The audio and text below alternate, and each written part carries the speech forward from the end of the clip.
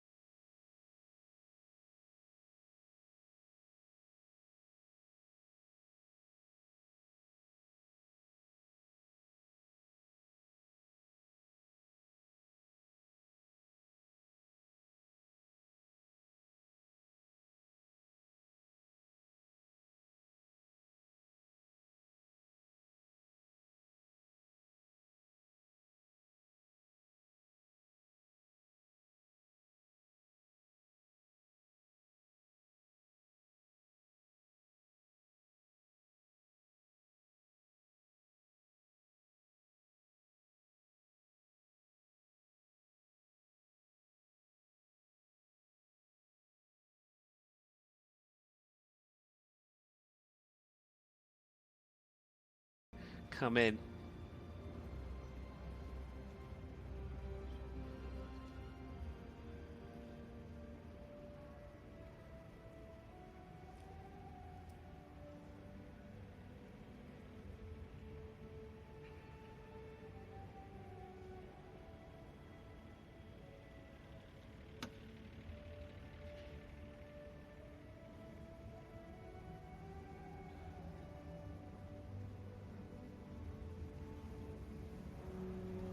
Just needing a little bit more stretch and over track in that extended walk.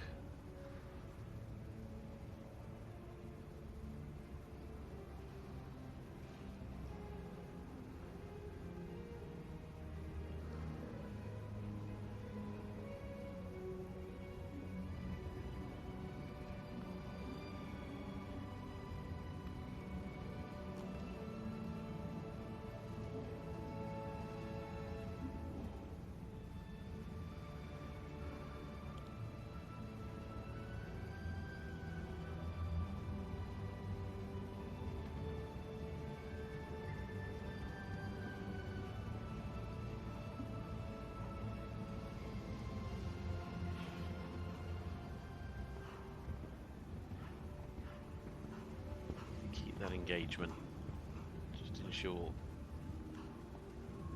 the transitions certainly through the passage of the Piaffe are as clear as possible, but a nice collected canter. We can see that trending score. It's that one mistake a little bit earlier in the Piaffe.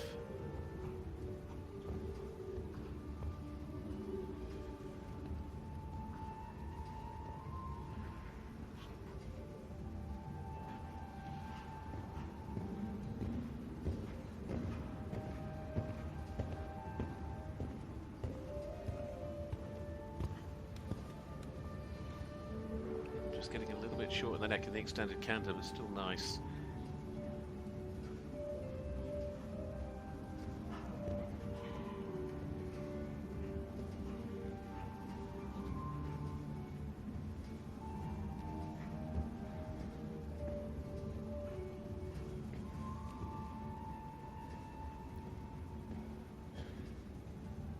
She's done a great job of just keeping herself relaxed and concentrated.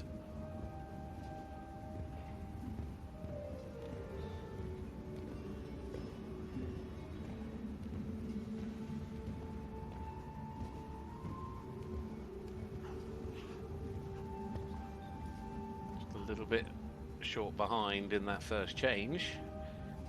Will inevitably have a bit of an impact on the mark for the one-time changes.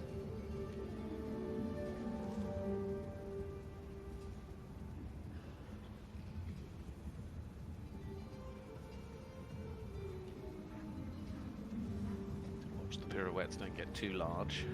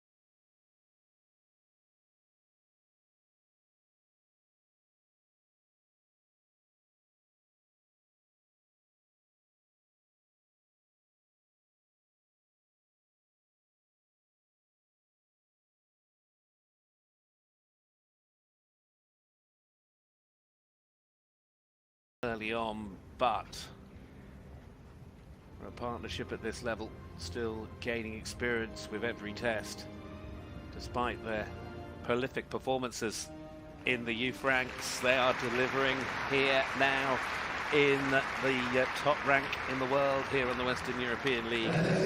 Lovely halt to finish it off, really nailed that one. And really did look like a very strong start for a partnership. A personal best performance of 68.630. Now, that's Helen's personal best, of course. To see now where that figures, and when we look at the trending marks, I don't think it will quite match that, but it went too far away. Extended trot, certainly one of the highlights of that test. As mentioned, realistically, it was just that resistance in the gap. It was slightly late with the first of the one-time changes, but outside there, it was consistent. A few places, really nice couple. Sometimes a bit short in the neck. Those small mistakes inevitably always count against you. Really good horse, really good ride. And there's your opening score of the day, 68.261% for Carlos FRH and Helen Erbe for Germany to start things off. She'll have to wait to see if that's enough, as I say. 15 to go forward into the free start here tomorrow. Needs to score high as high as possible right from the off. It's the chance for Greece known now. Theodora Livanos riding Robin Vale. 16-year-old gelding by Ribeiro 2. Theodora, in fact, based in the UK. This is a ride she also has ridden at under 25 European Championship level. She's been well established, started out in the world of ponies, coming through juniors, young riders with differing rides.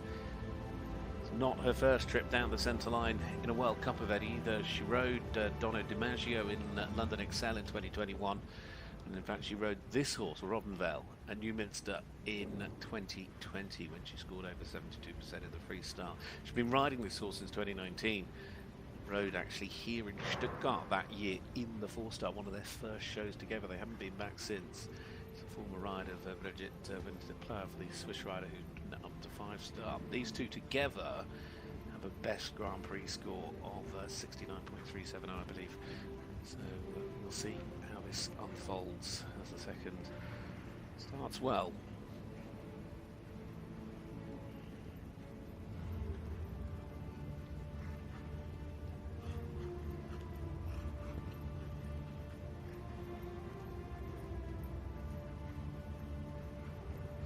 Dear, cantering in the half pass, which of course the drop movement there is just the mistake they could have done without having early doors, but she settles nicely in now to the left hand half pass.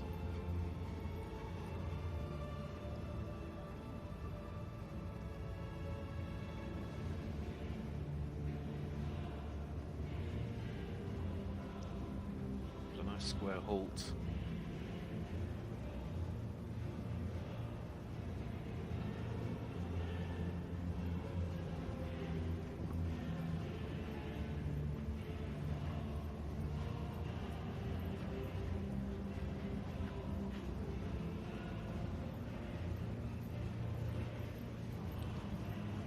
Trending running scores now beginning to appear.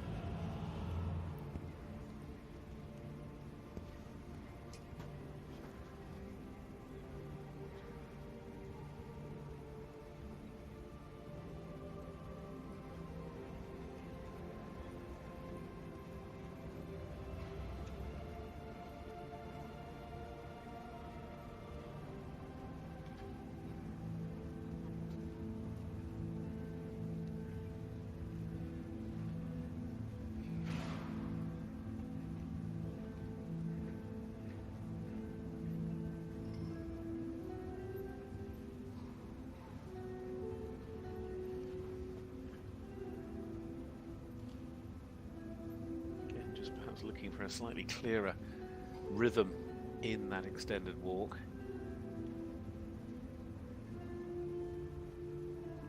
Really gaining the collection they need in the collected walk.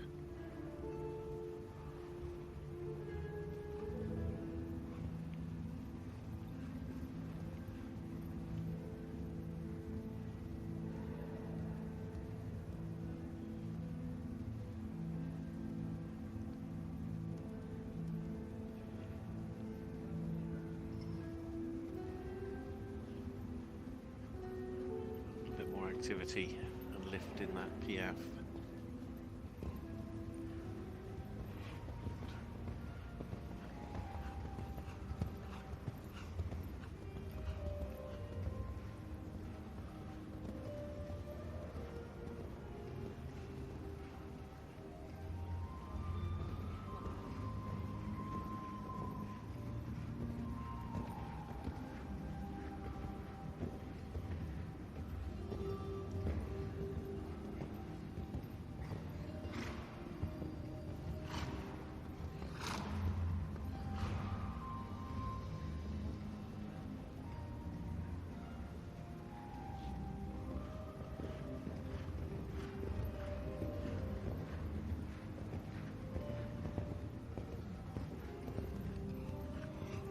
Through the extended transit, just maybe just to allow the frame to open a little more and they don't get too short in the neck. Then when they come to the change,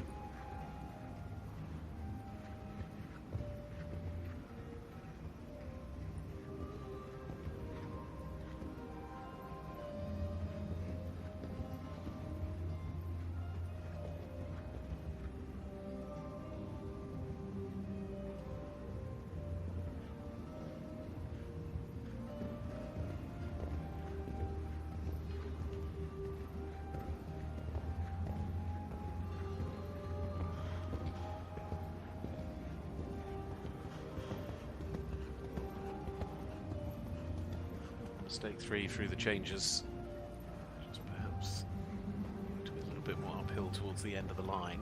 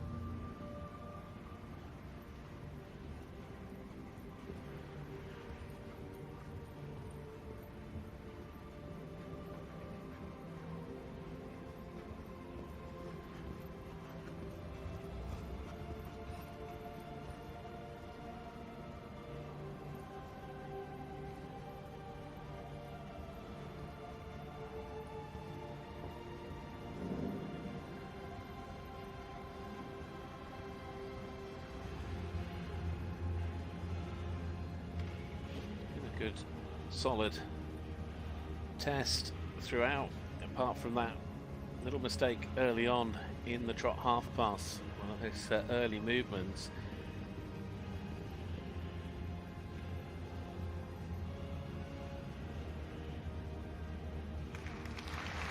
Lovely test there from the combination for Greece, Theodora Livanos and Robin Vale.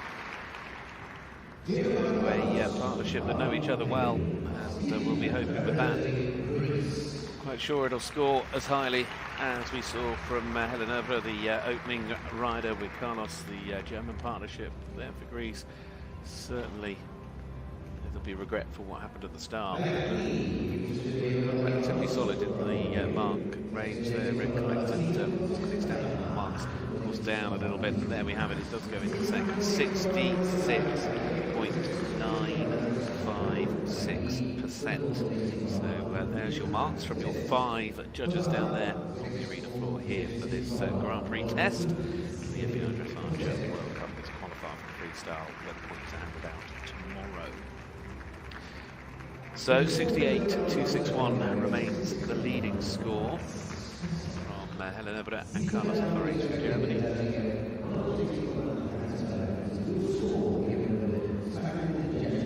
Square holds.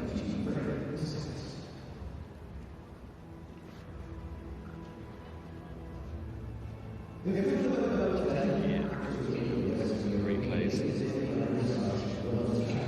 Changes. It's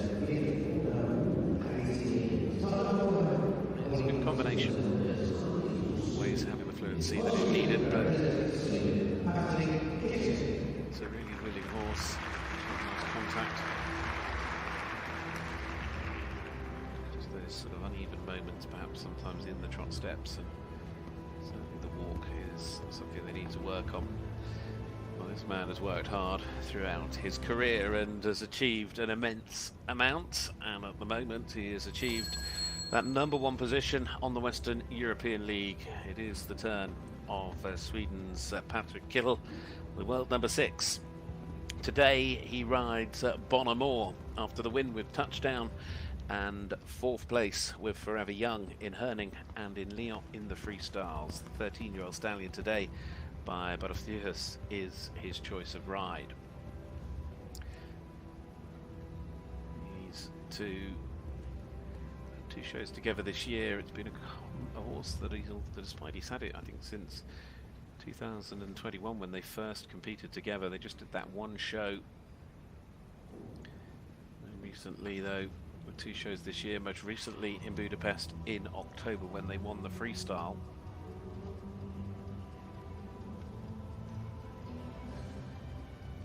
Combination best in the Grand Prix, 74.021 in Cortez in August of this year. It's the horse that was first brought out and competed internationally by Hubertus Schmidt. Going back to 2017, 2019 for that. But at the moment, Patrik is a formidable force and is looking to once more get off to a strong start.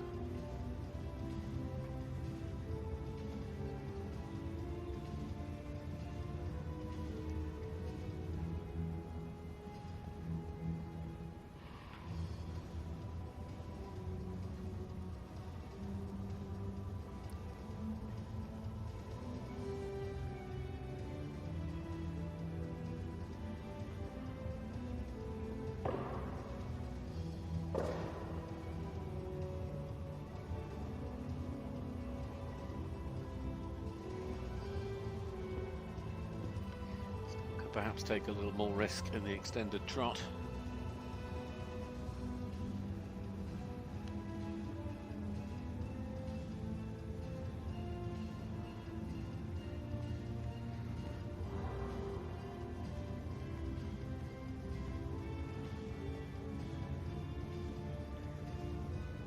Just maybe losing a little bit of that lift and impulsion, needing a little bit more through that piaffe.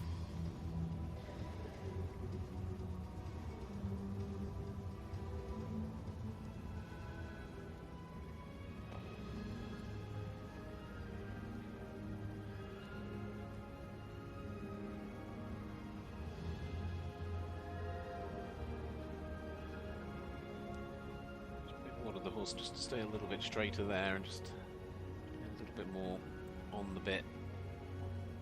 Slightly better contact. Getting a little bit tense in the collected walk. Nice transition though. Oh dear. Just losing the rhythm a little bit there in the passage.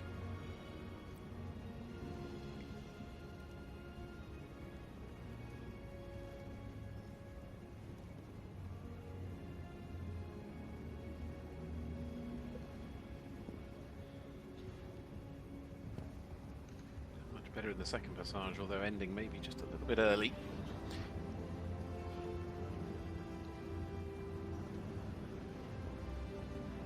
can see he's still trending over 71% at the moment. Looks very solid 7.5s apart from that little moment that we saw in the passage.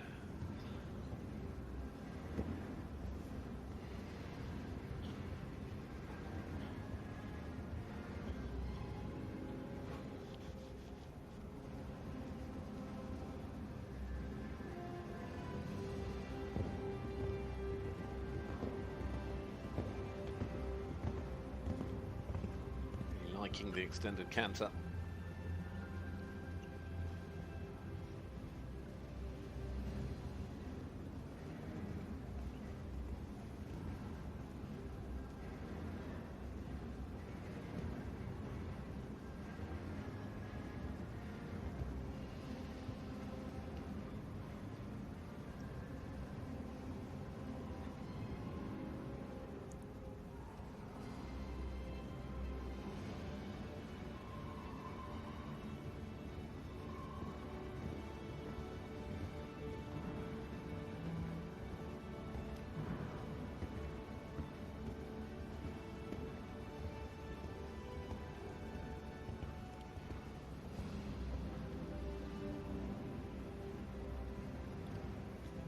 Be a little bit more forward through those changes. There's quite a lot of space left at the end. To hurry as well, and pirouette. That control all the way through.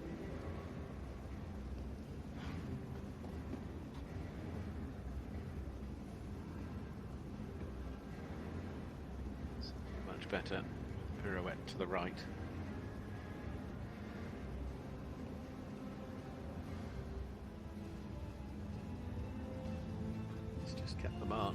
Ticking along.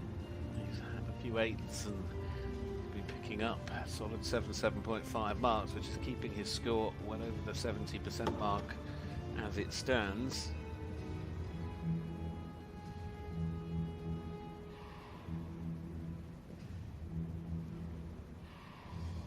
For a combination that together perhaps lack ultimate mileage, and certainly at this level it is a whole new experience.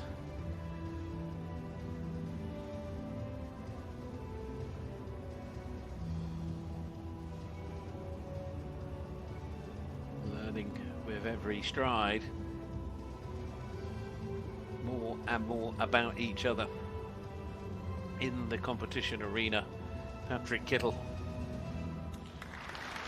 looks very happy with that, and then again, very nice final line. He kept those marks strong to the end at 7.5. It means that he gets destined mark over 70%, the first of those here in the Grand Prix for this FEI Dressage World Cup Grand Prix test here at the Stuttgart German Masters. Good horse, isn't it? Really nice to see. All in all, 15-year-old stallion, there's your scores, and 70 plus across the board from all five of them. So 72.087 is your final mark.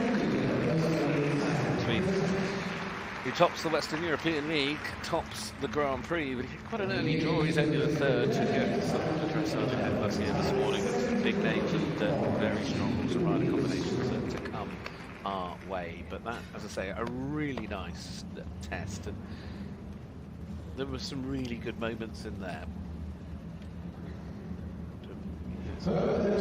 Getting even stronger, picking up some good scores through two-time changes, the extended canter. Tiny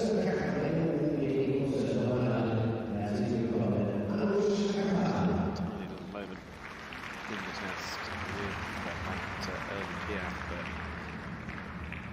Patrik Kittel doing a fabulous job, but once again.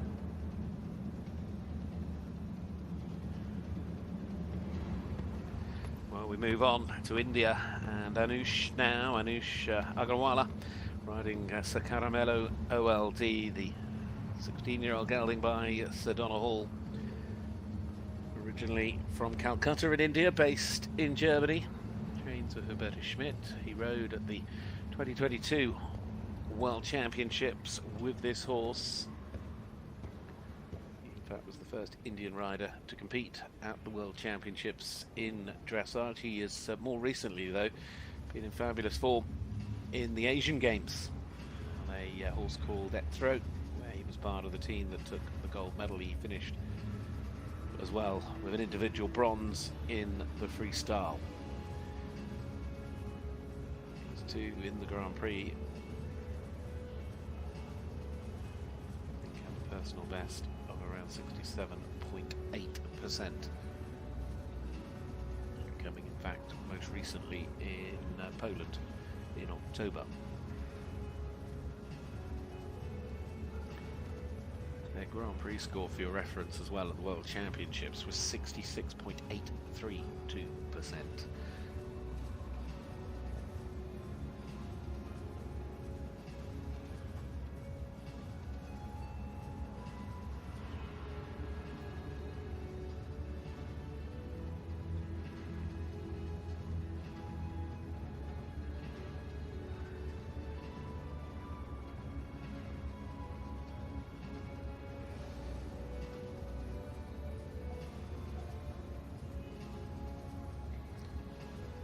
Square halt, but I think just maybe needed slightly bigger, clearer steps, and so in fact I'm not sure that they weren't one short, but really that clear in the rein back.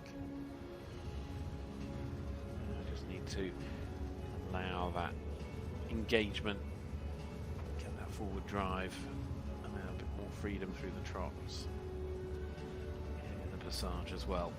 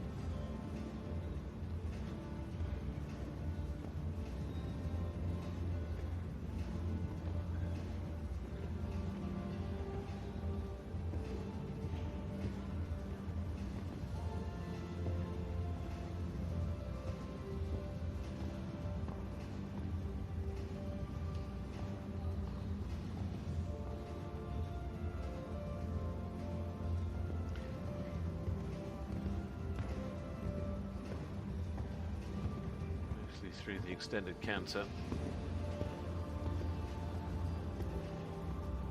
Just had that little bit of tension in the walk movements a little earlier, which always affects your mark, but he's scoring 6.5s and 7s, and at the moment he's keeping his score ever closer to what we know to be their personal best.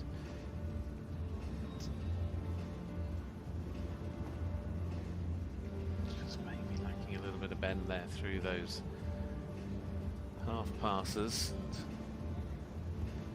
Just a little bit of a mistake as well, of course, we saw there that final change.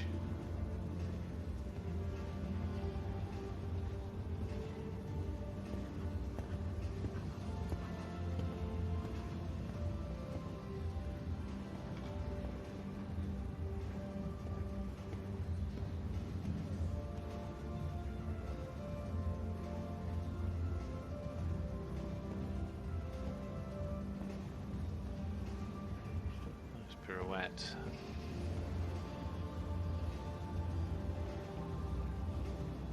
Change in the middle as well, and now a pirouette to the right. Confident movement.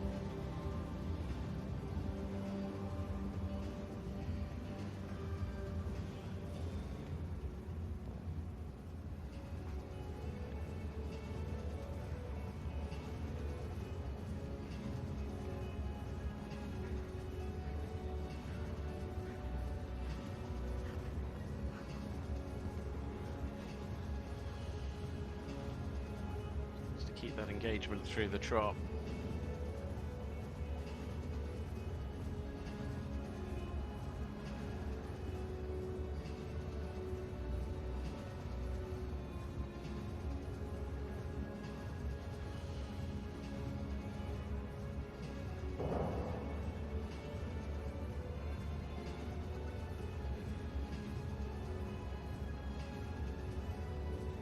Coming down to the finish.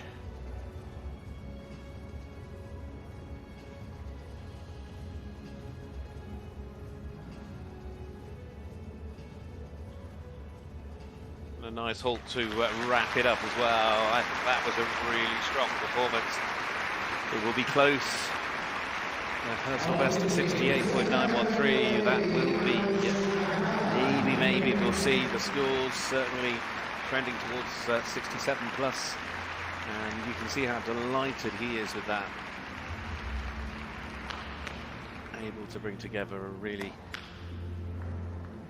good performance. It's a really good horse, and realistically that testament just got better and better. The more they worked on, the more they worked through, and I think the test really improved as it went on. And there's your score. Really nice score for those two, 67 by 65. Great to see.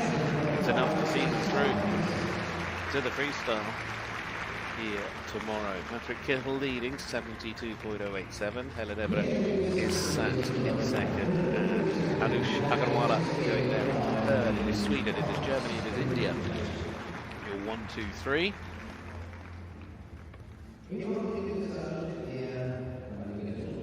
PF just wanted to be a little bit more on the spot, and sometimes the transitions could just be a little bit clearer, but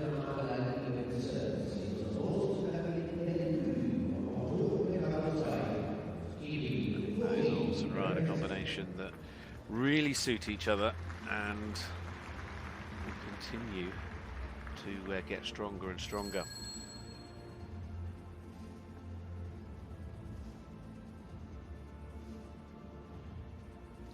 Lovely relationship those two have.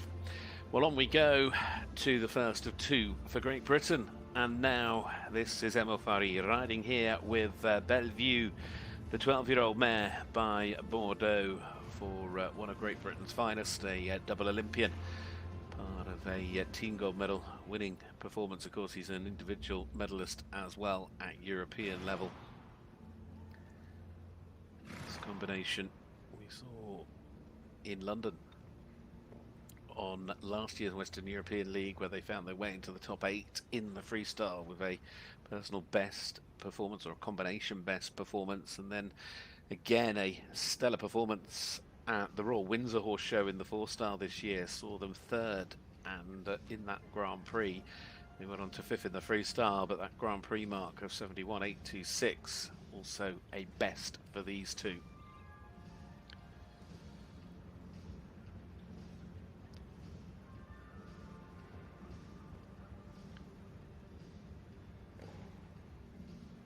Emile, a lovely start to this test, just hurrying a little bit there through the extended trot.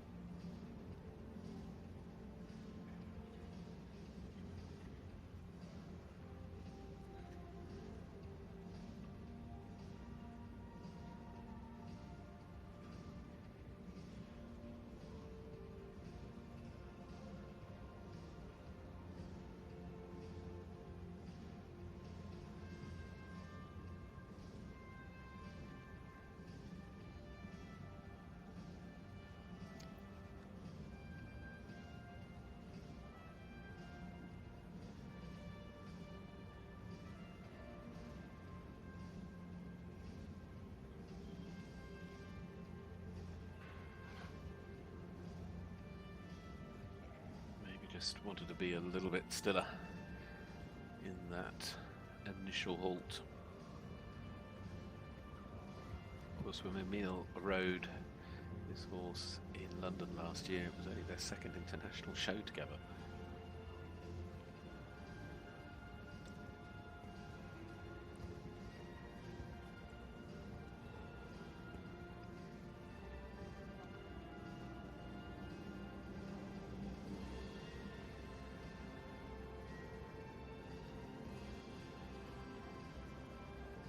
Just wanted to be a little bit more on the spot in the PF and just make sure they're clear enough behind. Keep that engagement in the passage.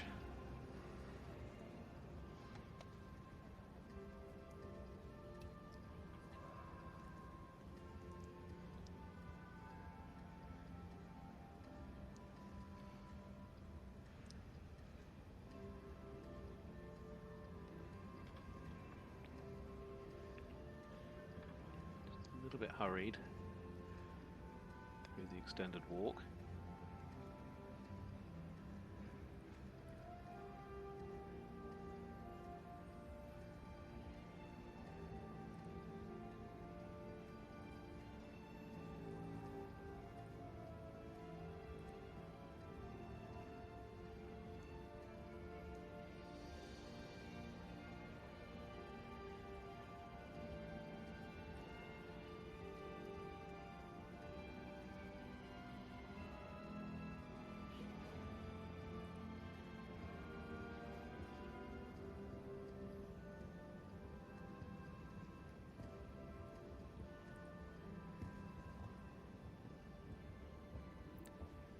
Consistent as ever from Emile, making sure he delivers on each and every movement.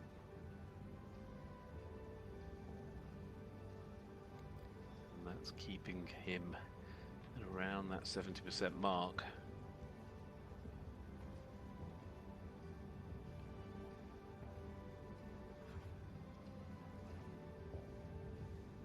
Unfortunately, there was that mistake in that line, and that inevitably has a knock-on effect. Only the one.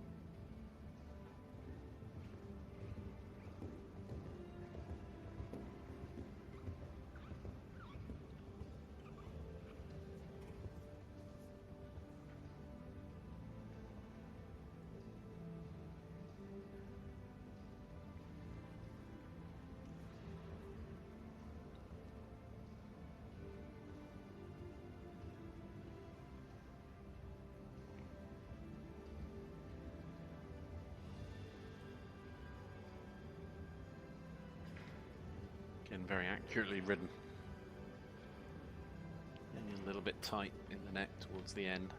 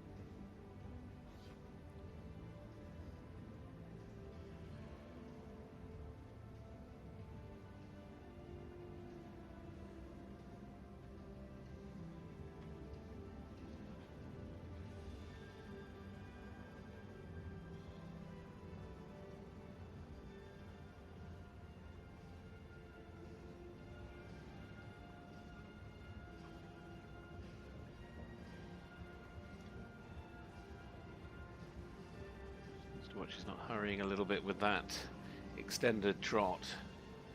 Again, it's been a very, very consistently ridden test from start to finish here, and this partnership, Bellevue and Emile Faurie, 12-year-old mare, got a lot of promise for what is still to come, and second year of appearing on the Western European League. Good balance.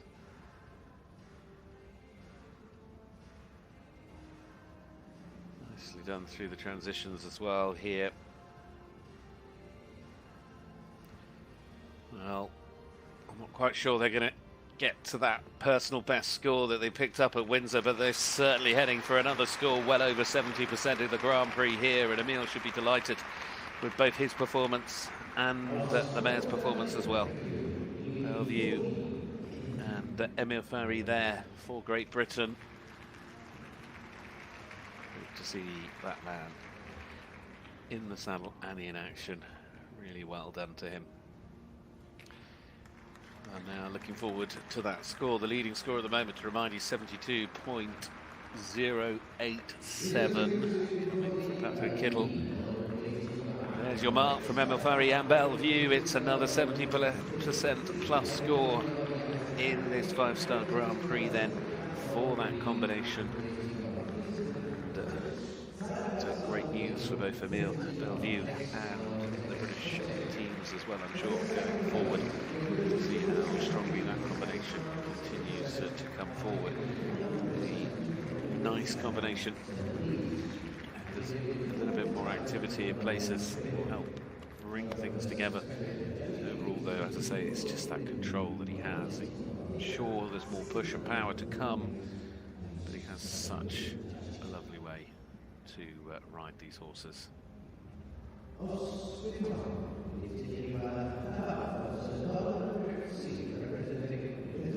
an immense amount of experience in this sport, as are many in this class, and that's what makes this lineup so special.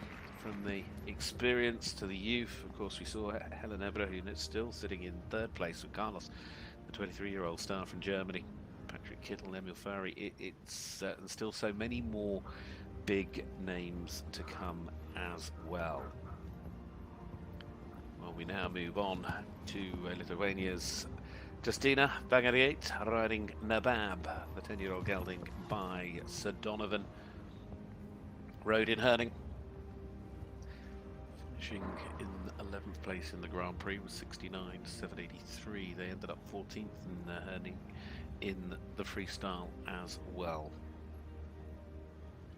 This was a ride across European Championships, World Championships, and this year's FEI Dressage World Cup final, where she ended up in 11th place in that freestyle in Omaha. The personal best, the combination best in the Grand Prix, comes back earlier this year in Ultimate, where they scored 72.087.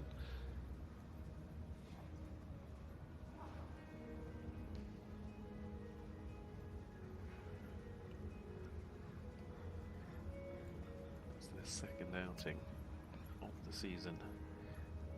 Can they improve on where they started in Herning 3 or 4 weeks ago? Certainly look that way at the moment. A very solid start.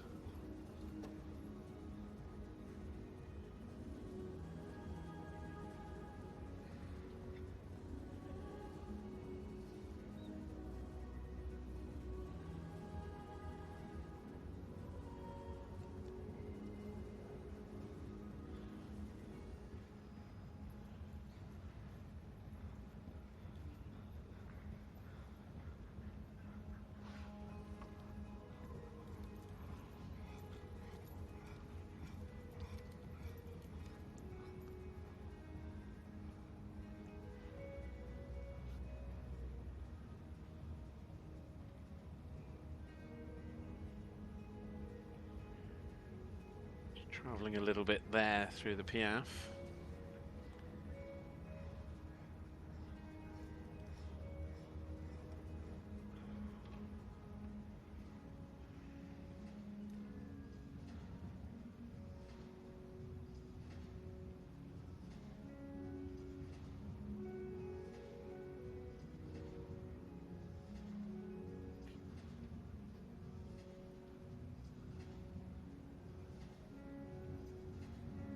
Nice walk.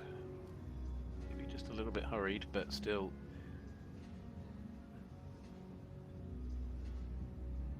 Very solid through the collected walk as well. Difficult transition.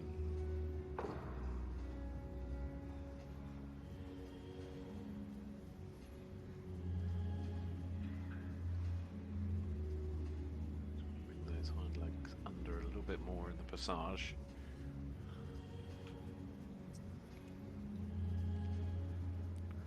Just travelling slightly through the piaffe as they were in the early one.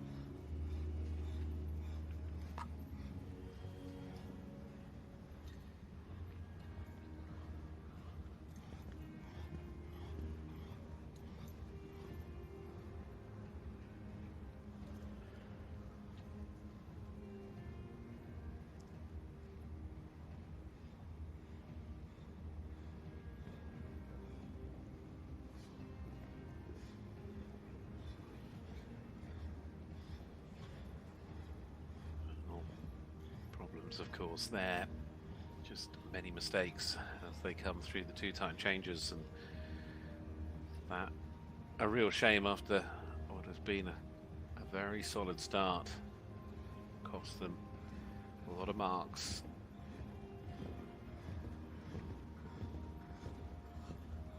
Just keeping a composure, pushing through that extended canter.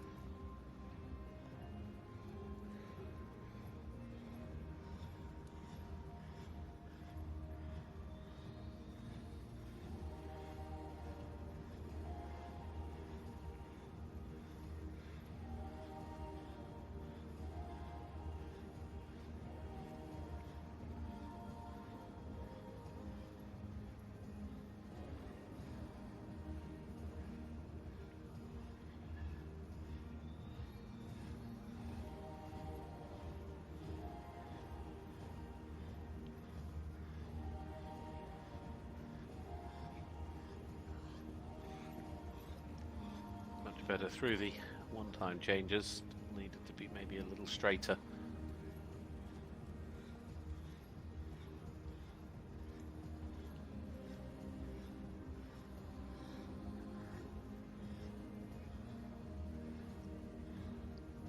Keep that jump through the pirouettes. Keep the lift.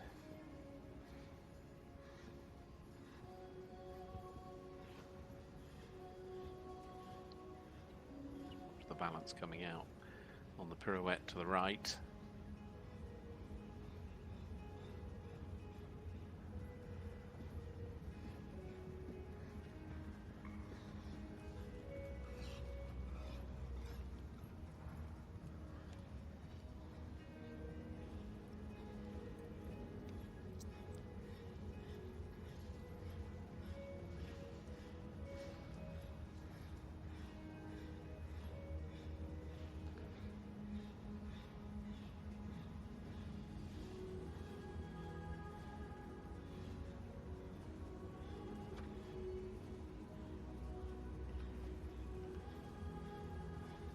Once again, they've put together a really strong test, a very consistent run of scores, 6.5, 7s majoritatively. It is just that one moment that we saw in the two-time changes with all those mistakes that's really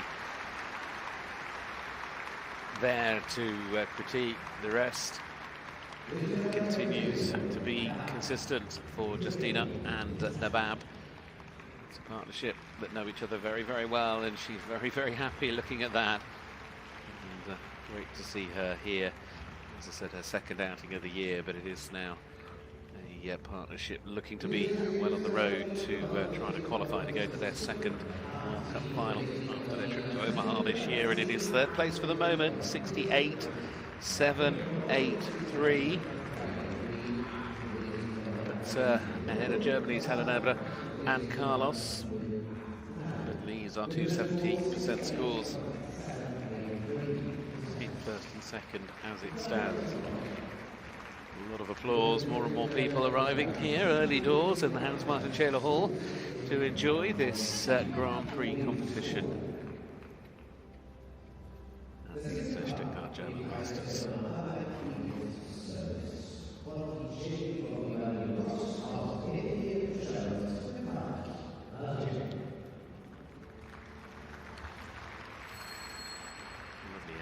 Control of power there, certainly at the beginning, and it's just really such a shame about that expensive mistake in the changes. He's a very good horse, very willing. Well, we move on because now it is the turn of Belgium to come and join us. Charlotte Defalque riding here with Botticelli, the 17-year-old stallion by Vivaldi. European Championship and World Championship ride.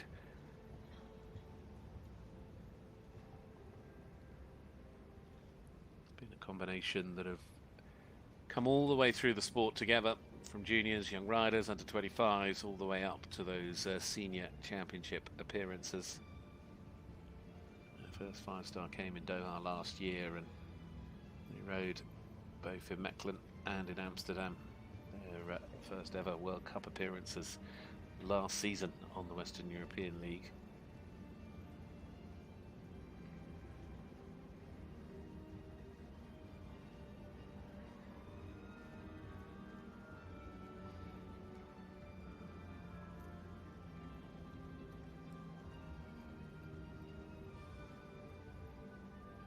Personal best of 71.326. Off to a strong start against that. Although, just need to ensure they stay relaxed. Just allow things to be a little bit more fluent in places. Getting a little bit tight in the neck.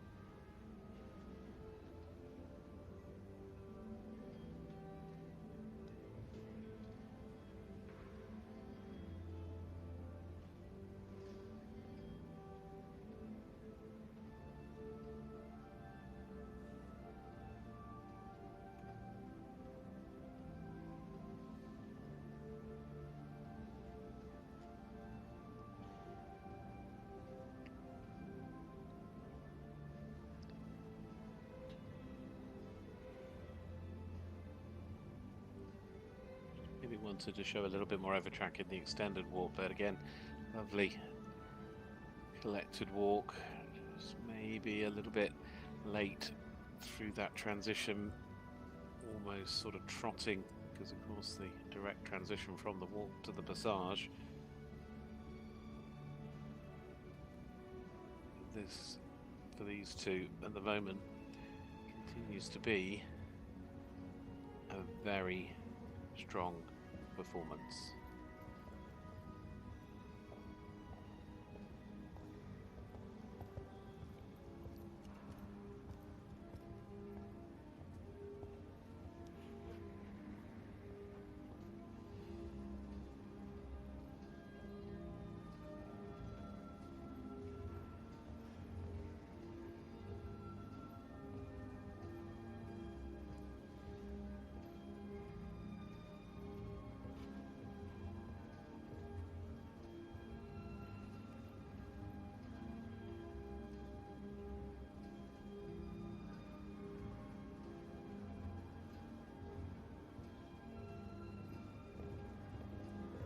Tension coming into the neck. Just wants to again maybe just allow for a little bit more lengthening then to improve that ground cover and opening of the frame through the extended canter.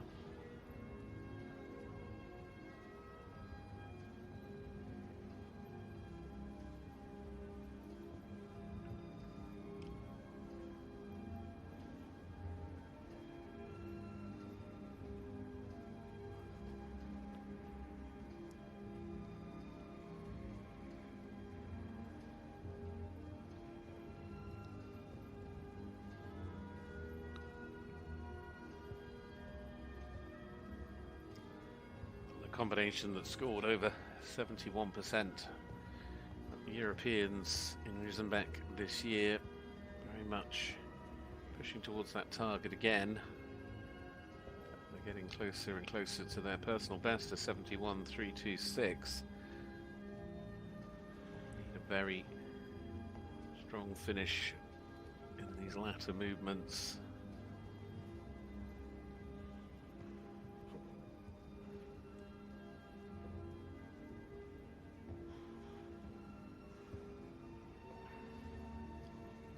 Watch the balance out of that pirouette to the right.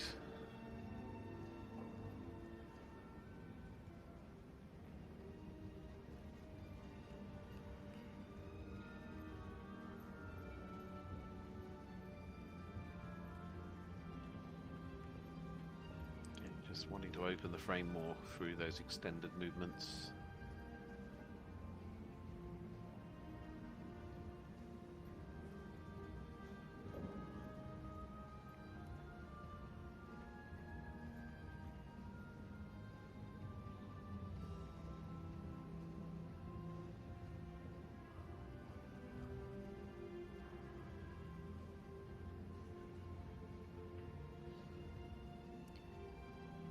What a journey these two have been on through the sport together, grown up together,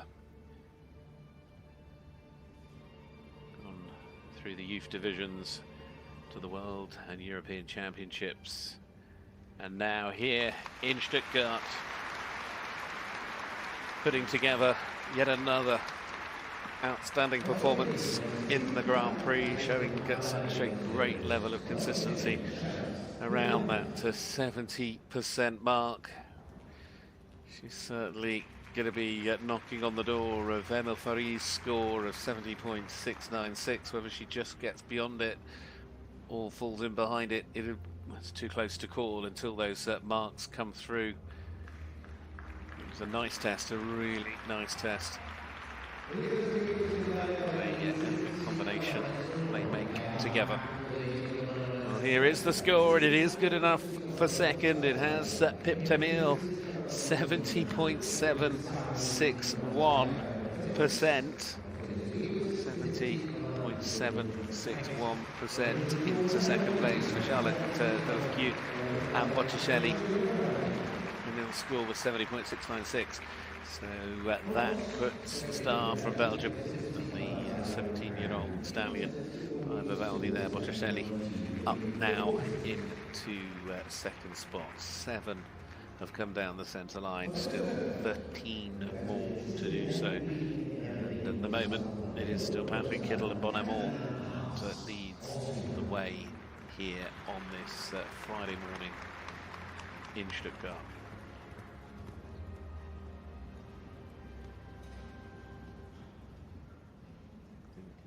To see the way they are now able to just be so consistent at this level. Last year, as I said, even coming through the youth ranks, and this is in their second season on the Western European League. Now this is the turn of Austria.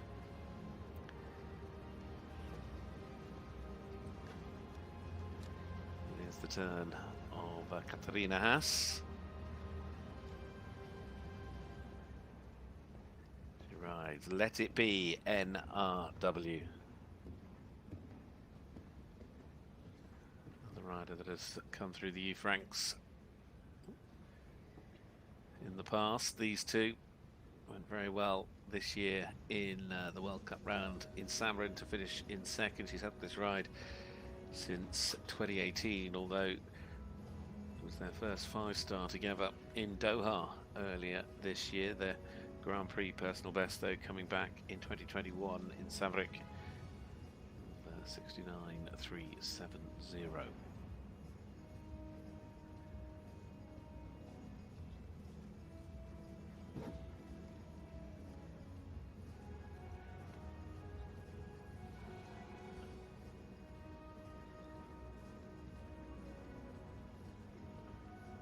Perhaps be a little bit more collected just to keep that uphill, that self-carriageness, that cadence through the half passes.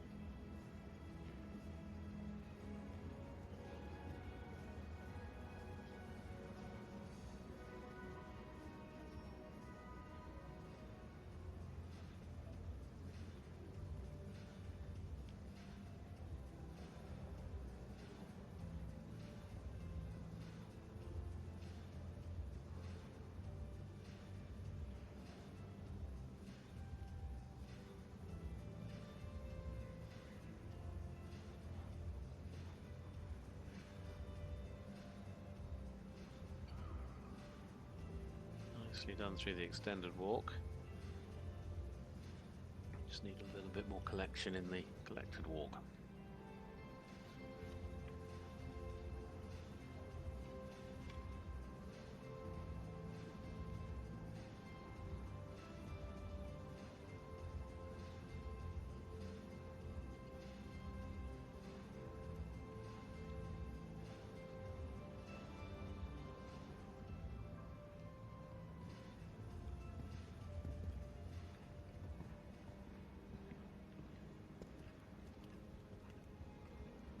Bring in a little bit more elevation and cadence through the passage movements. Was a little early into that collected canter as well.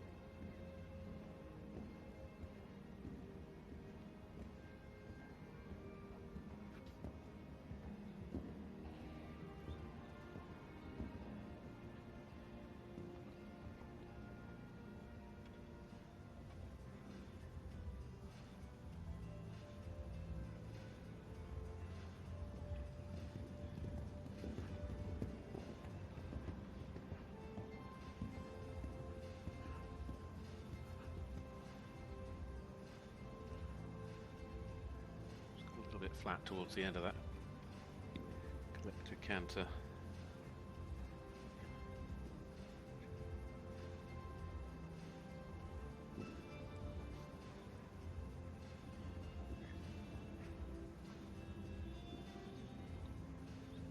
Yeah, careful with the control through the half passes.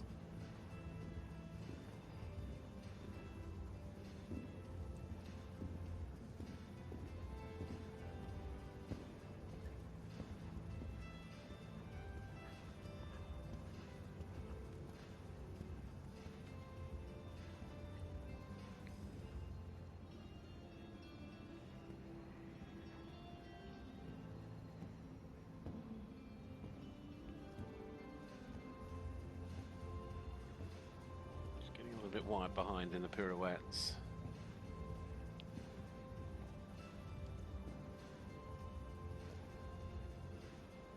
Watch they don't get a little bit too big. Keep that bend and control.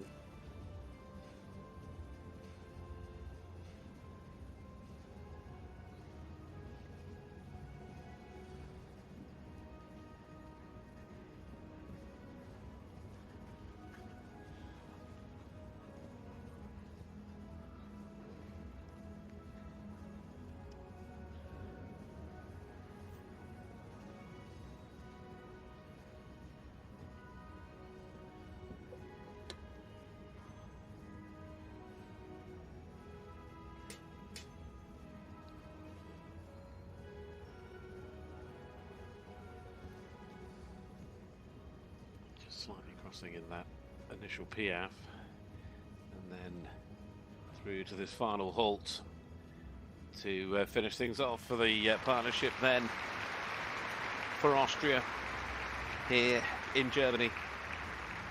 Let it be ller-L&uuml. There, the 13-year-old by Larissa van der Helm with Katharina Haas in the saddle.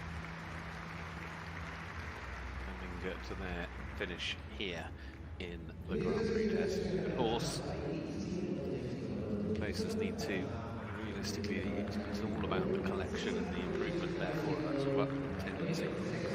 There's your score, 67, 696 is the total combined across those 5 judges out there today. That's Christian Madison, Henning Lerman, Magnus Ringmark, and the Nivel are panel of 5 from EHC N and B. That score therefore going into the top 6 for the moment. Patrik Kittel, Charlotte Delphi, Emile Faurie is your top 3. Sweden, Belgium and Great Britain. 2 more tests to go before we reach the break, and the midpoint, the halfway point of this Grand Prix competition for the Netherlands and for Great Britain. And then we will take a 10-minute pause before we return with the second half of this Grand Prix test, and we're all still looking to achieve a better score than Bonamore and Patrik Kittel, who lead on 72.087%. Well, this partnership will certainly stand a very good chance of doing that. They had a very good run throughout the course of last season on the Western European League, competed here in Stuttgart. Their Grand Prix score here last year was 72.239 when they took 8th place and went on to 11th in the freestyle. They had a finish as high as 4th both in Mechelen and in Neumünster. They were 5th in Stertogenbosch. They found their way to the World Cup final and Omaha as well. Next up it is Dutch star Marieke van der Putten riding here with the 11-year-old Turtleass Gelding. This is Tove Leston's Titanium RS2. Combination also competed at the World Championships in Herning in 2022 last year. They've been competing at 5-star since the start of last year. And as I say, a personal best in the Grand Prix actually came in Den Bosch, the final leg of the Western European League, where they scored 76.761%. Sadly, they just had that slightly difficult start, though, because, of course, you saw, I'm sure, for yourselves, just losing a little bit of the balance and the contact at the start, and then that break into the canter as they looked to go into the trot. So it's certainly not been an easy start. But she is a rider with a tremendous amount of experience to be able just to sort of put that out of her mind now. And there's the knuckle down with Titanium for the remainder of this test. And just allow the score to come back up. Just don't let the tension creep in. Just getting a little bit tight there in the first of the half passes. Just getting a bit short in the neck, you can see.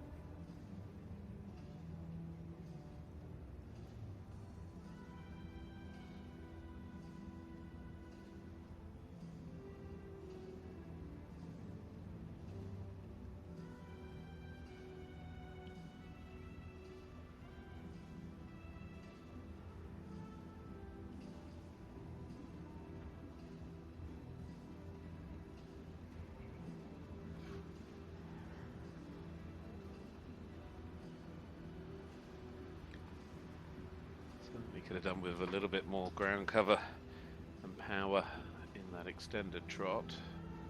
I just need more underneath them here. Bring those hind legs underneath them a little bit more in the passage. Those marks coming back up now with what is a strong movement for this horse.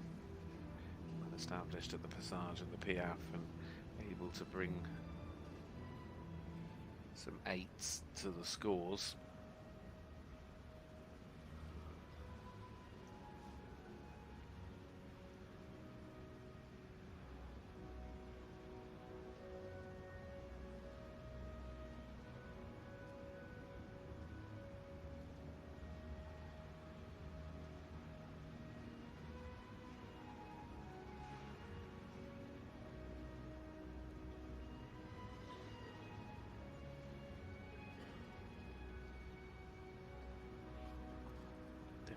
to relax a little more through the extended walk.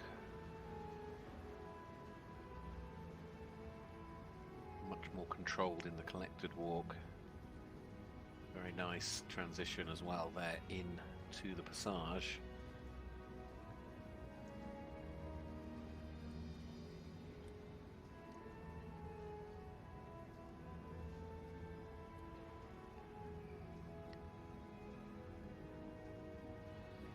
And after that very unfortunate start to the test, you can see now she's brought her score back up. Pushed on above 70%, delivering the 8s, 7.5s. It was nice throughout that set of movements from the passage to the piaffe and the transitions alongside it.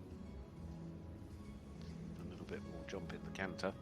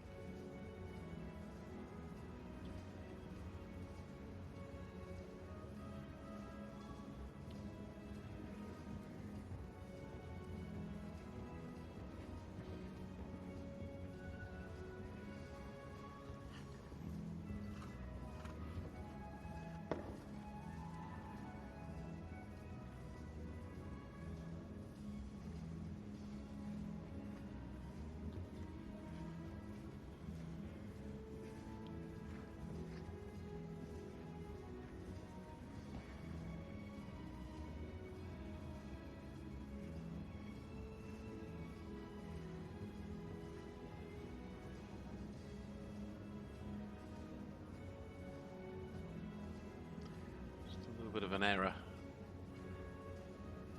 in that first change.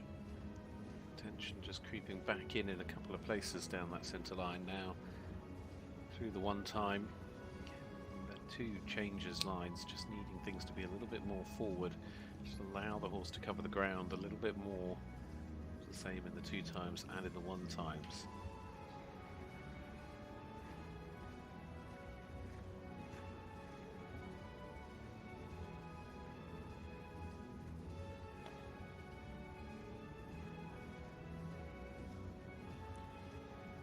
Changed actually before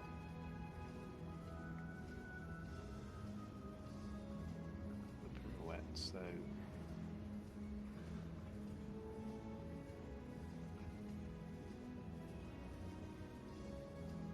that's why bringing them up back up, but the error at the pirouette, and of course with the same in the zigzag down the centre line. Just dragged that score backwards a little bit here. A combination that, when mistake-free, would have easily challenged our leader, Patrik Kittel, today.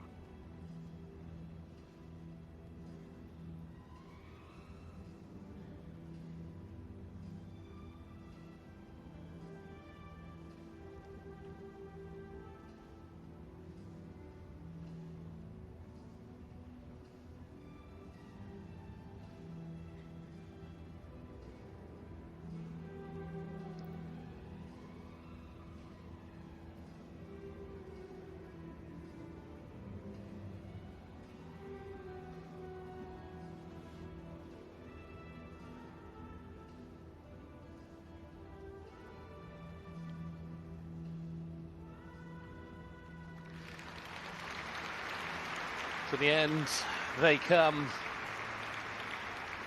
and Marieke van der Putten there, and Tovelestens Titanium RS2 look like they'll score very close to that 70% mark, but it is, I think, a case when you look back of what could have been, what may have been, and what was, and what was once again delivering some big, strong scores through their passage and piaffe movements, and able to, at the end of it all, deliver a test of 69.848%, 69.848, putting them into the top four as it stands. And we know from experience just how good they are. I mean, last year they never came in lower than 73% or 72%, sorry, across the World Cup season in the Grand Prix. But it was that problem at the start with that strike into canter. They were going into the extended trot, and then again, just that change before the pirouette, and the final little problem coming as well. It was those errors that have ultimately cost them, and I mean, their last centre line was what really pushed their marks back up again. I mean, it was a solid, brilliant Piaf. Transitions were really, really good, and today, unfortunately, you know, it's just that error that's cost them a lot of power. It's a very elegant combination. Well, next up is the second of the combinations for Great Britain. Having already seen Emile Faurie, it's now the turn of Lewis Carrière riding Diego the Fifth, the 15-year-old gelding by Spielberg, and a ride that has been part of his career for a number of years. They've had several wins at under 25 level. He's been riding internationally in those under 25 classes since 2018, although they stepped up to the international three-star level last season, and their progress has been rapid. They went to Windsor, the Royal Windsor Horse Show this year, where they finished third in the freestyle with a personal best score that saw them selected as well to go to Rotterdam and be part of the Nations Cup there for the British team. Finished on a score of 71.196 in the Grand Prix in Rotterdam as well. Will take us up to the break. It's just a little bit of a difficult start. He had that counter strike at the start. Now just needs to do a little bit like we saw with our previous rider Marieke. Put that behind him and try and find a way of bringing that score back up again.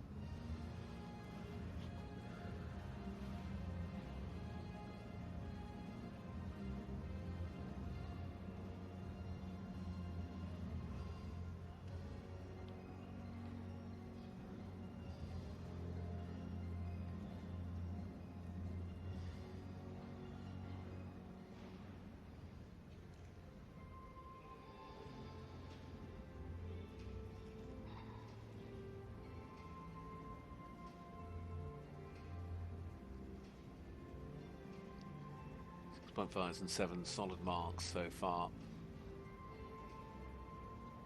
Nice and relaxed there as well in the extended walk. Just don't want to lose the contact and just allow the neck to be a little bit deeper.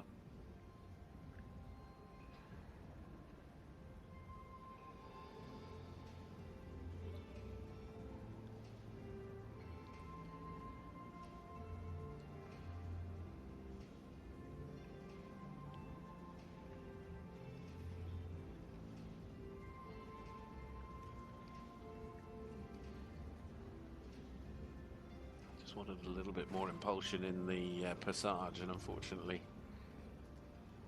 as you can see there in the Piaf, having a few issues as well with that loss of the rhythm.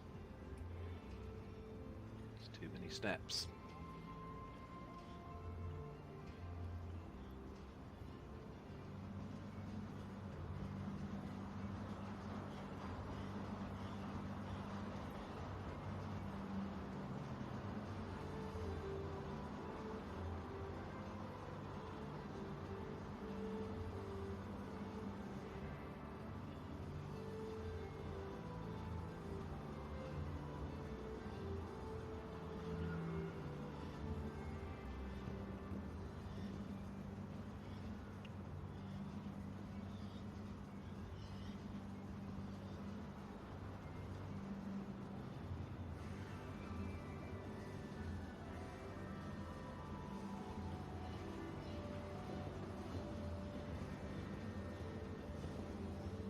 through the two-time changes and that extended canter, and a nice draw back into the collected canter.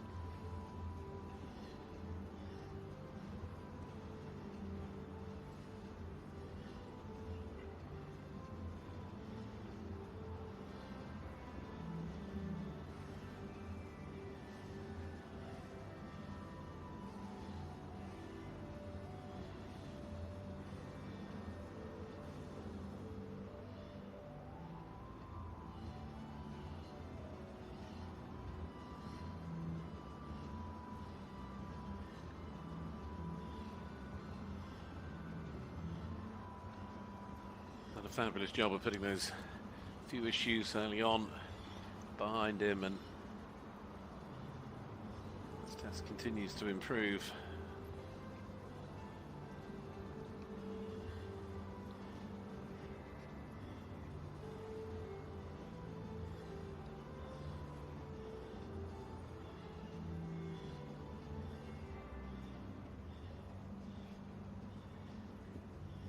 Needs to keep the control through the pirouettes.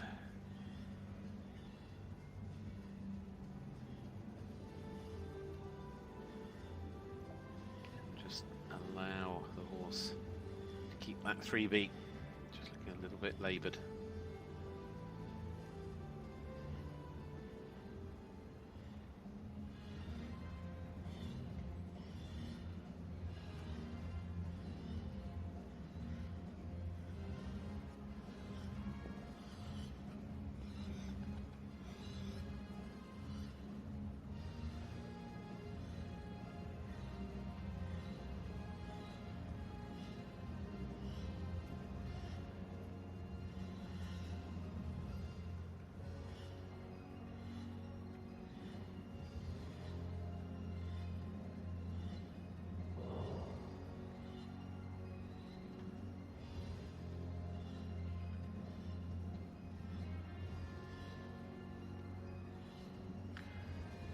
Solid centre line to finish things off as well from Louis Carrier and Diego the fifth.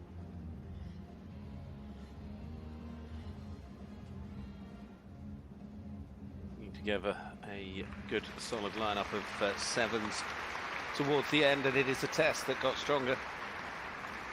But it is a test that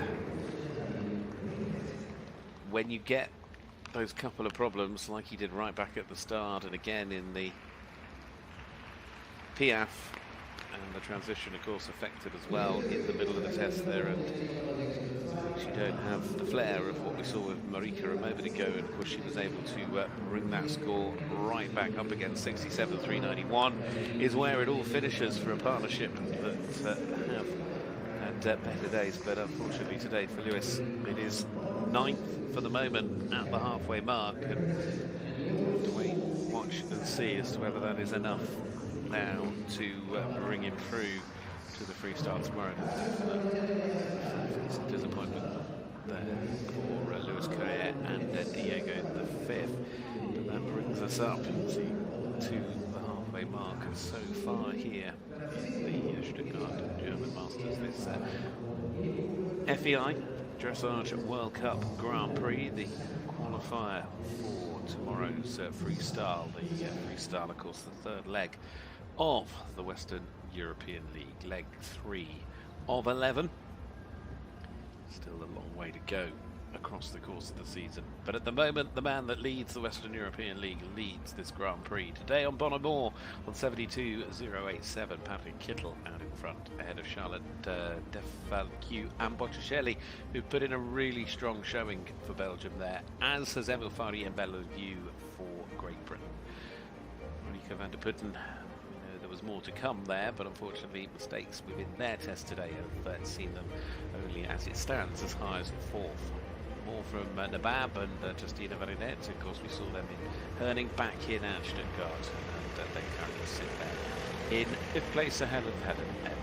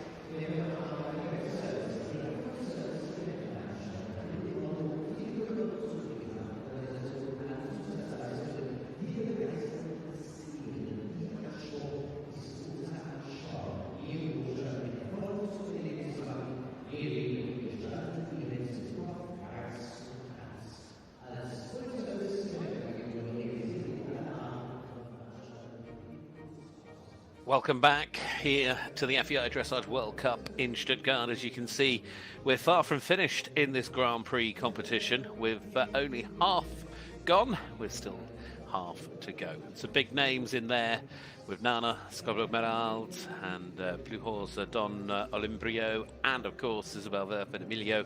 Add to that a whole host of other stars as well. Andreas Helgstrand back with Queen's Park Wendy, looking forward to that, and many more besides.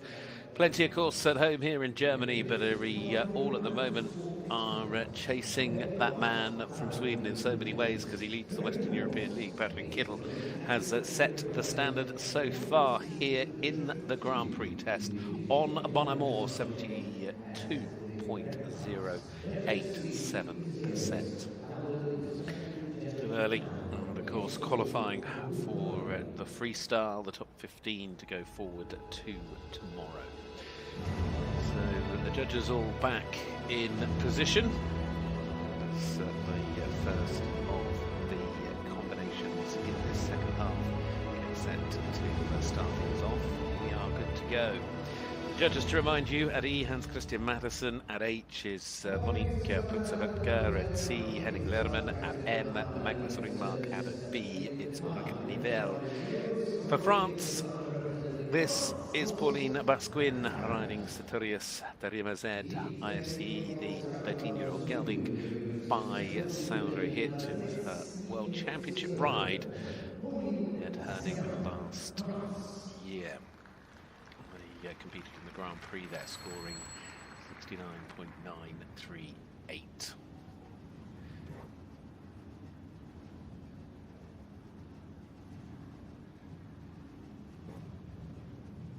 Well, a partnership that started off at World Cup shows last year in Lyon. It's a horse that she has produced, has ridden on Nations Cups as well as championship teams now for France.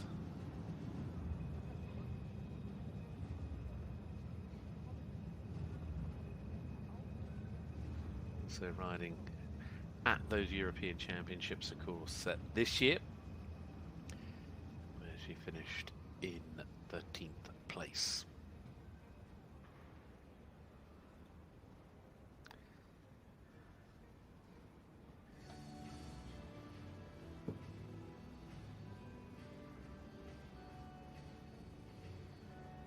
Lovely start.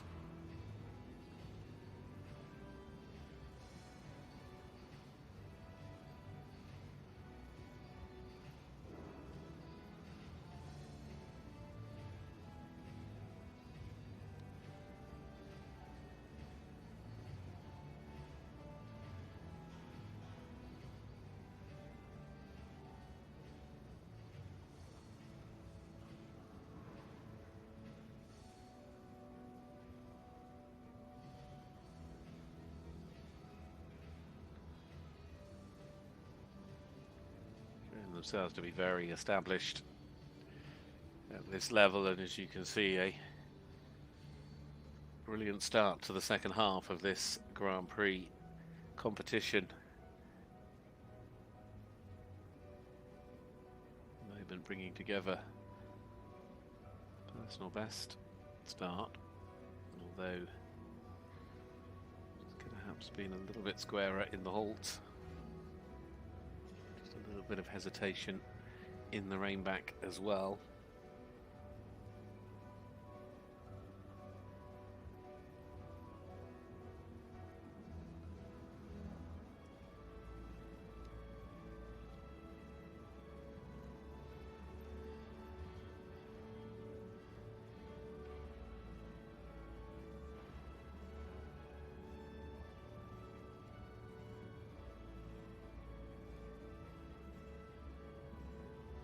Want a little bit more activity and allow the transition just to be a little bit more direct and straight out.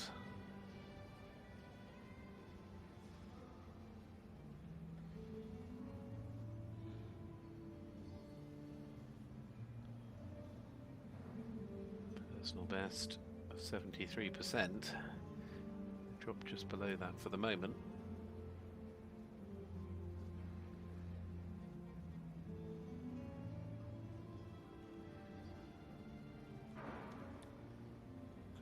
much on target. Relax a little bit more in that extended walk.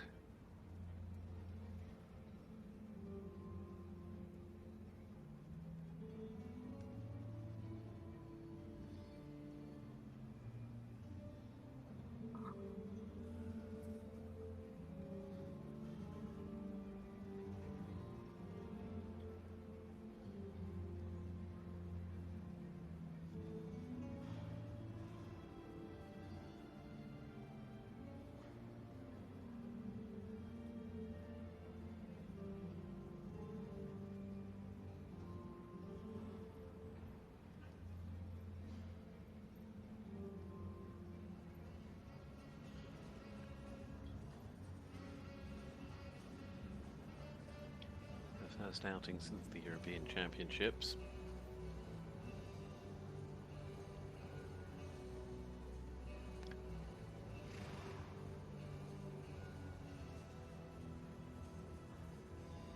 Certainly delivering on their potential so far here.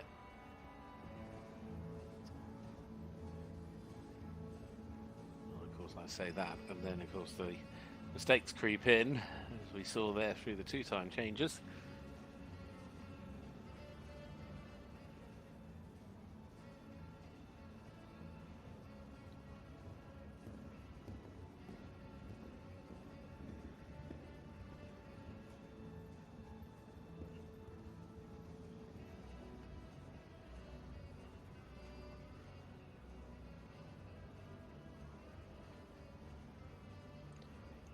Make sure they stay relaxed.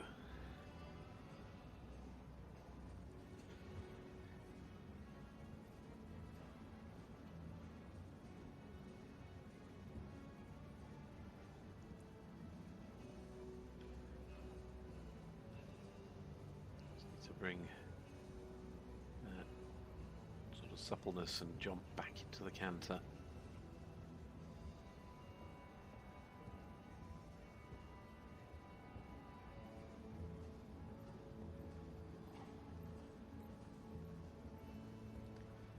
Again, mistakes in the changes though, very costly, and unfortunately it's both the two-time and the one-time changes that have just dragged that score back down. You get pirouettes that are as good as we've seen here today, and they push the score back up.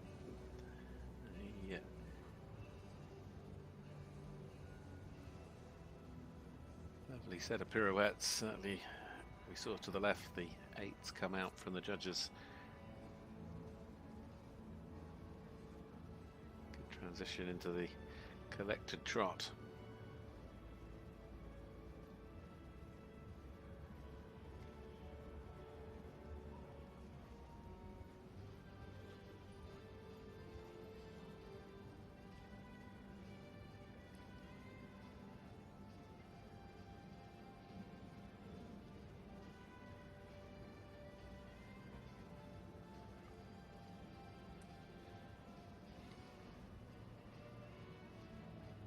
Very strong centre line coming together as well.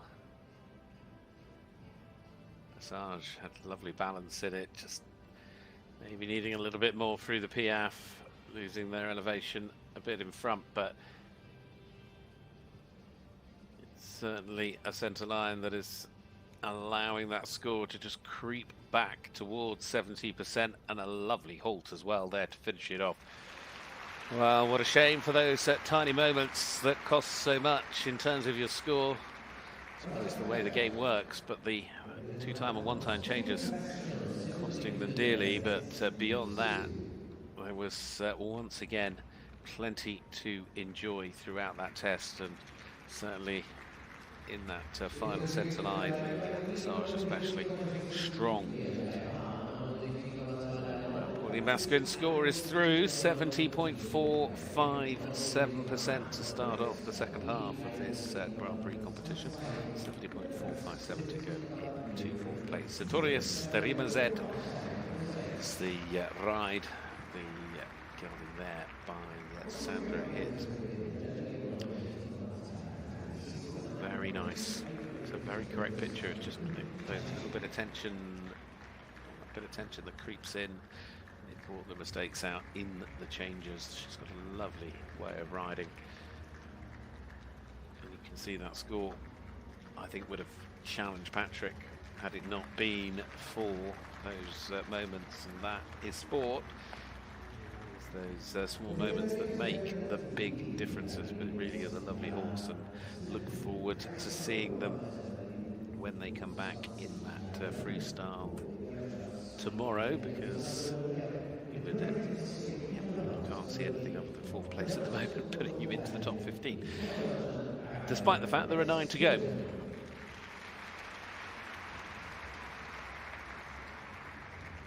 Now, this is Germany. We still have 4 within the 9 for Germany here at home, and Raphael Netz and Great Escape Camelot joining us. We saw them put in a tremendous show in Herning. They, in fact, found their way into 4th place in the Grand Prix in the opening leg of the Western European League, with a score in the Grand Prix of 72.652. They actually have a personal best that is 73.152. This 12-year-old gelding, another of the young stars of the sport. New ride for him this year, formerly ridden by Isabell Werth, who rode on teams in the likes of Rotterdam. In fact, rode here at Stuttgart last year.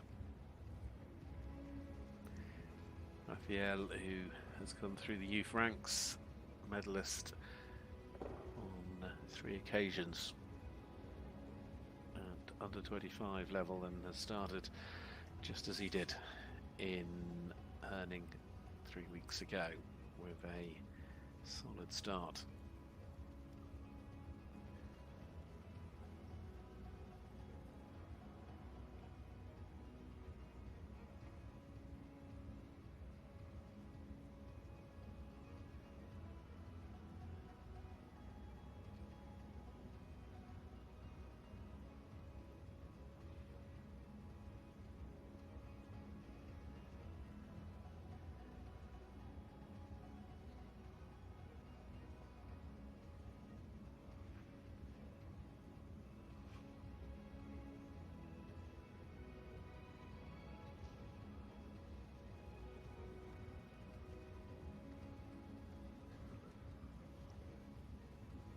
After some lovely half passes, needs to show a little bit more over the back, a little bit hurried through the extended trot, but now into a really nice passage. Still bring the hind legs under a little bit more.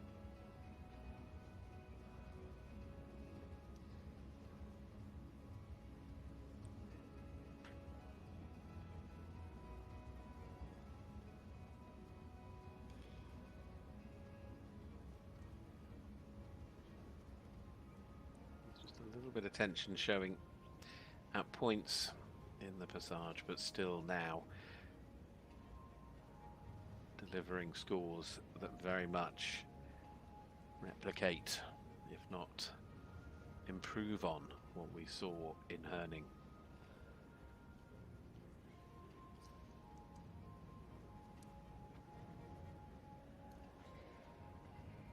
Stretch a little more through the extended walk.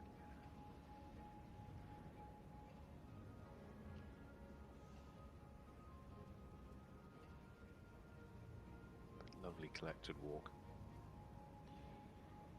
Needs a good transition here into the passage.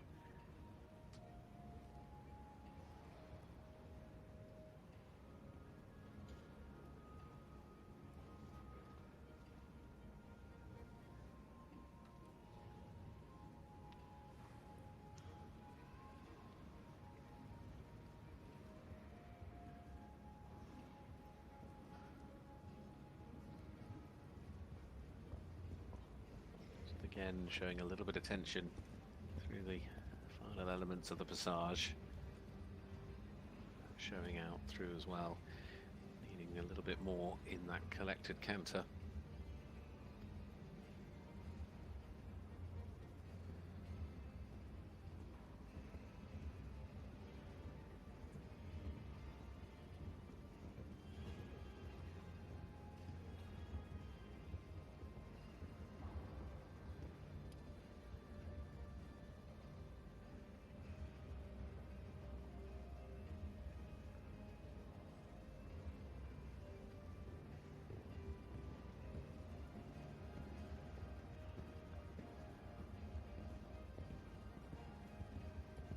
showing some good risk there.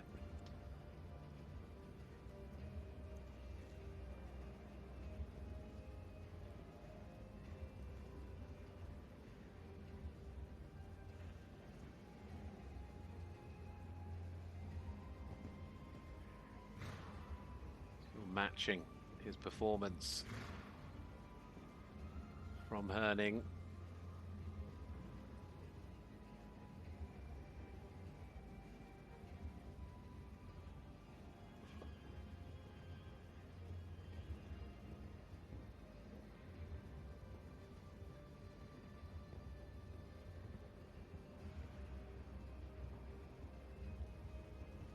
Just losing the way a little bit there, just sort of moving a little bit sideways. Could have been a bit more relaxed, a little bit straighter through the one-time changes.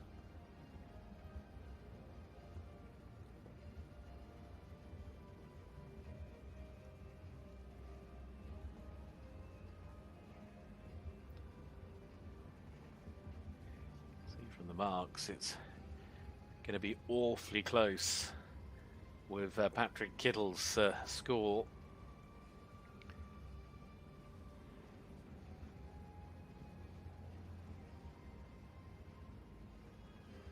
Such a strong start to this test. He needs a very strong finish as well.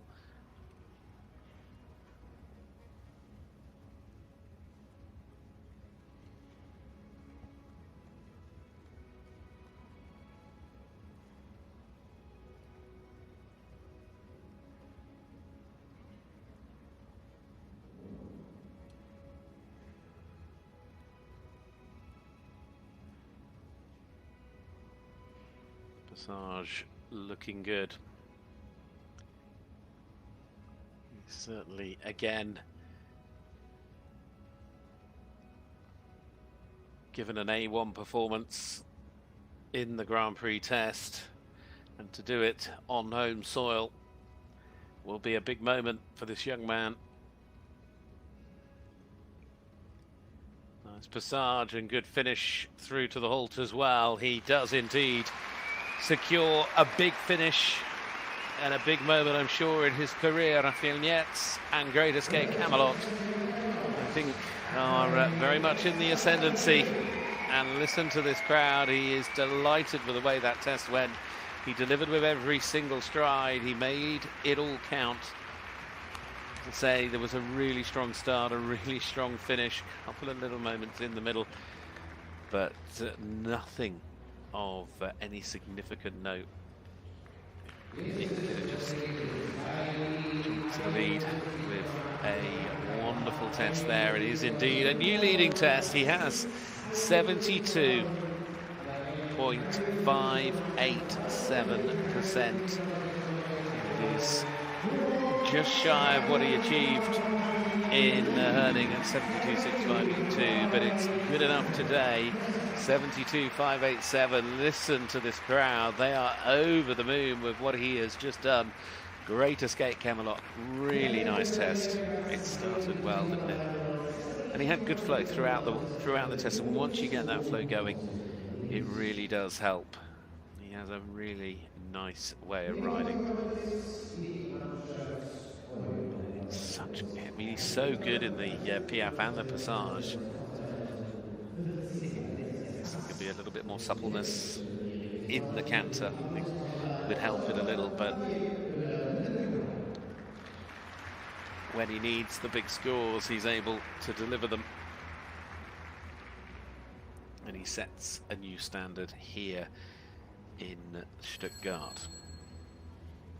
Well, the bell sounds because there's no time to waste as we move on to our next to go, and it's again with Germany.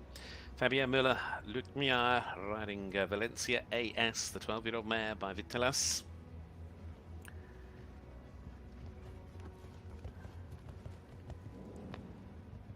A rider with plenty of experience. Twice to the World Cup finals, has also ridden at the World Championships. Finished aside sixth for the World Cup finals back in 2016, as a team gold medalist at the World Championships in 2014, and also at the Europeans the year before that on the wonderful D'Agostino. Of course, also had that great ride, Fabregas, former winner here back in 2014 of the freestyle here as well in Stuttgart on D'Agostino FRH. But today riding here with Valencia AS. It's a ride that started in Small Tour back in 2019. The first 5-star show came in game this year. Grand Prix personal best though was in March in Leer, 75.8.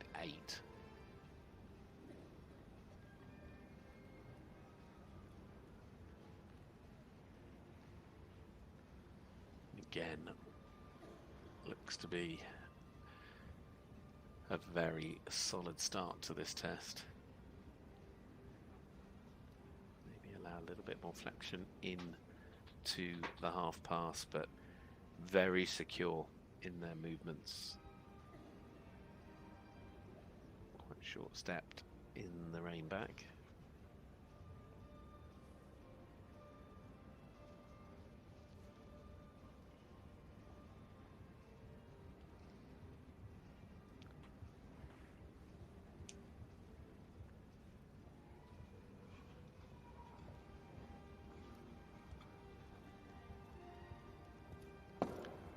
Tap on the board there. But again, showing well through the Passage and the Piaf. This has been a test that has had a lot to like. Plenty of 7.5s coming through from the judges, and in fact, at the moment it's consistently 7 or higher across the scorecard.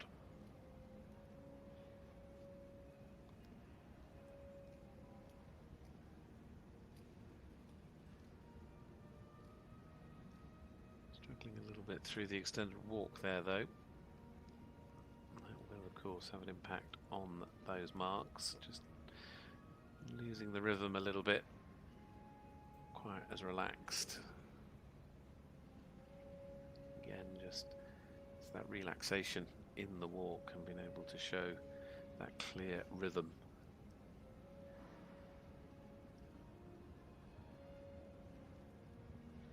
But again, then straight back into the Passage and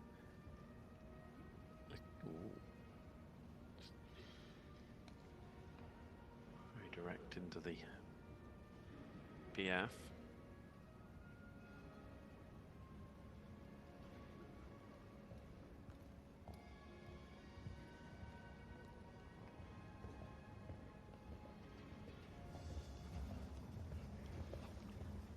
Now back scoring strongly again and can start to eliminate the deficit as best they can from those slightly lower marks that came from the walk.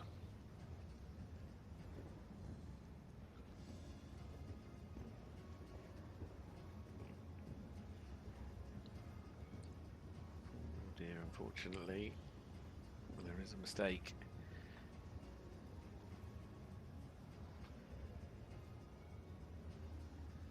Again, mistakes costing on the marks there in the 2-time changes.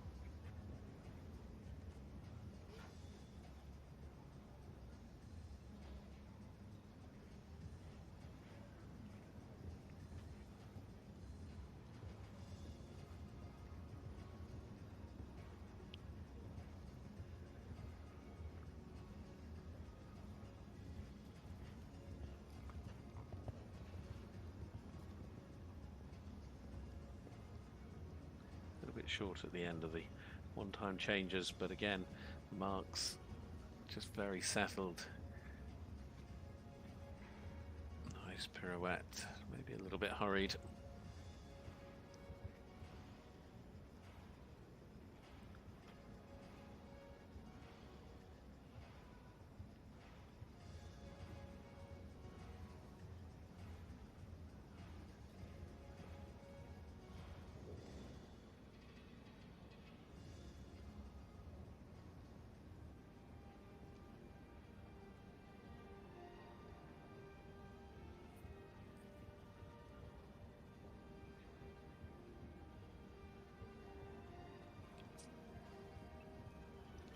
Really nice movements within this test. Those small moments, the only thing that is, I think, going to keep them away from going into the lead.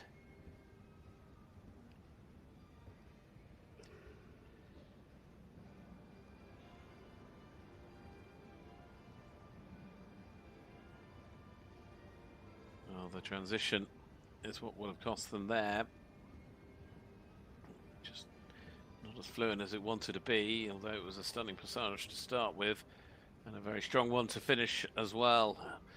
But all in all, well done, Fabienne M&uuml and Valencia AS. For Germany, a lady with, again, massive experience in this sport and has been a fabulous competitor here over the years in Stuttgart, and great to see her back once more. The marks suffering from the mistakes in the two-time changes and that weakness in terms of the rhythm in the walk, both the extended and the collected, and inevitably there, with the double marks scored, it does have quite a knock-on overall score. She's still set to score over 70%, and that she has indeed, with Valencia AS here in the Grand Prix test. Fabienne M&uuml and Valencia AS. A lovely looking mare by Vitalas, the 12-year-old. 70.587 is their score today to go into 70.587, 5th place.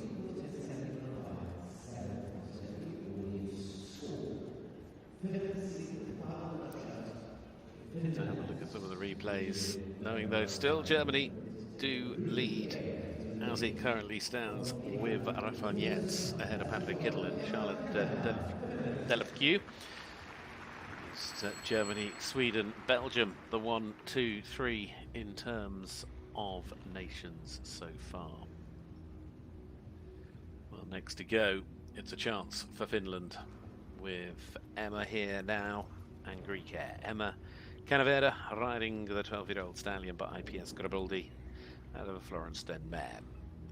Greek air, a World Championship ride in Herning last year.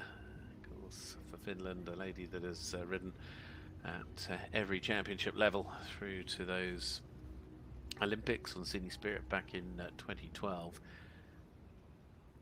This year, with Greek air, she rode at the European Championships as well, scoring over 71% in the Grand Prix. Their personal best, I believe, in the Grand Prix came in Metlin last year when they scored 74.130. They were busy on the World Cup circuit last year, and in fact in the freestyle in both Den Bosch and in Newminster, fighting their way into the top 6, as they did in 3 Grand Prix, those two shows and Metlin combined. Here in Stuttgart, they also competed 12 months ago. Just need to watch the rhythm here at the start, ensure they keep that balance.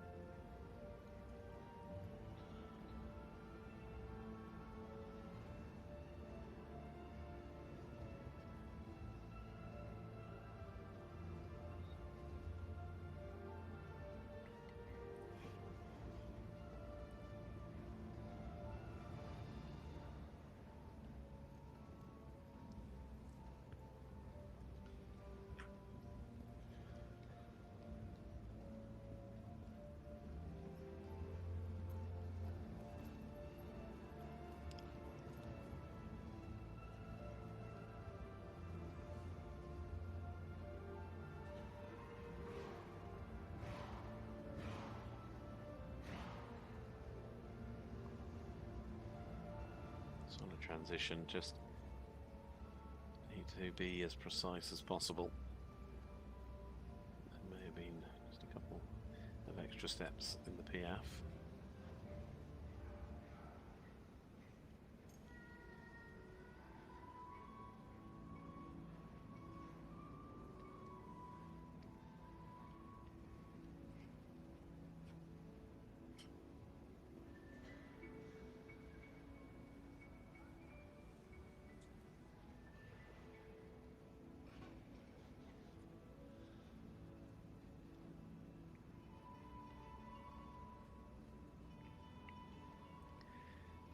Just need to be steadier in the contact, but still much more improved than some through the extended and collected walks.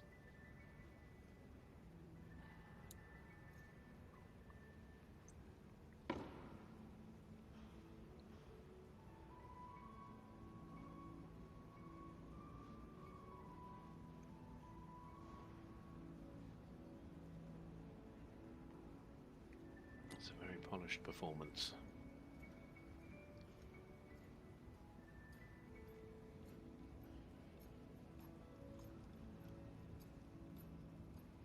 Tests like this often showing the great bond and relationship built between the horse and rider over many years.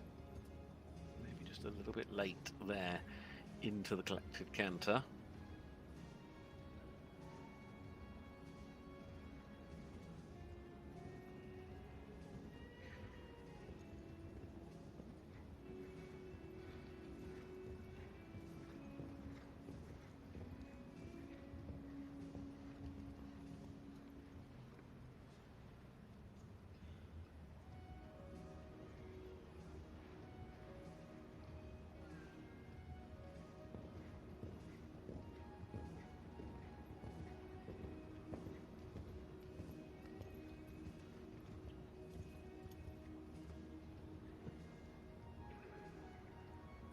So don't get a little bit too short in the neck as well. These canter movements. The score's very consistent, 7.5s. It's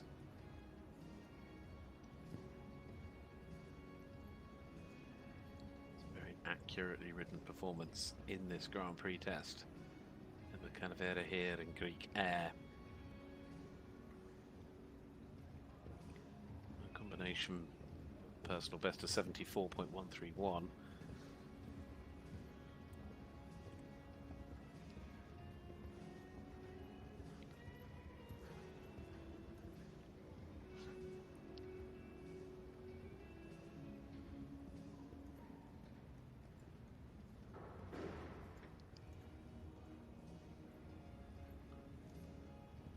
she's again very neat and tidy. Maybe a little bit hurried. Just need to get the hinds take a little bit more weight on the first of the pirouettes. Again, just need a little bit more jump in that pirouette to the right.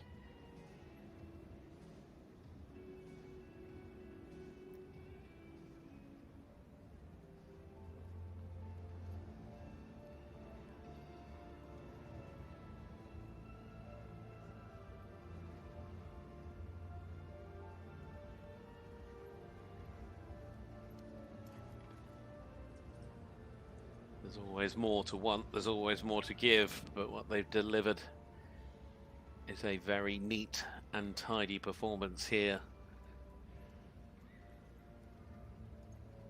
If this centre line is solid and as good as everything else we have seen so far, there is every reason to think that we could see the lead change here in this Grand Prix.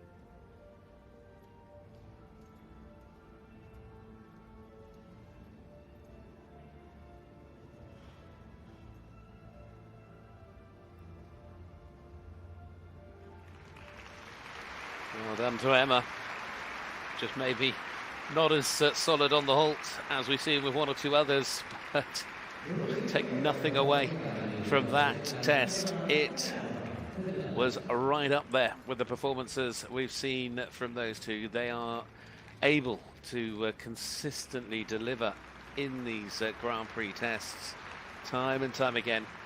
Hugely popular rider, and Kanerva there, and the wonderful Greek air look to have done it again, and that they have. 73.022% to put themselves into the lead. Finland now move to the top, ahead of Raphael Netz for Germany, Patrik Kittel for Sweden. Should be over the moon with that.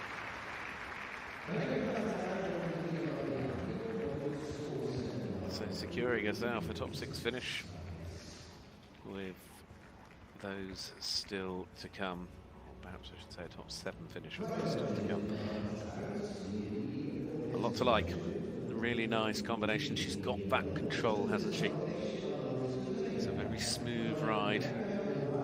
Points perhaps where you would have wanted the horse maybe a little bit more in front of the leg today, and maybe sometimes could have been a little bit more regular in the passage. But well done. A really good job, and a really nice performance there to see them take over at the top of the leaderboard here as things continue. The standard continues to go up here in Stuttgart. So 73.022 now is the leading score as Finland leave, but it is the turn of Germany once more. This is Bianca Nowag-Aulenbrock riding Florine OLD, this 11-year-old mare by Foundation. Another of the riders that has been one of the ultra successful parts of the youth teams, a multiple team gold medalist through ponies, young riders, under 25s, has taken individual gold at young rider level.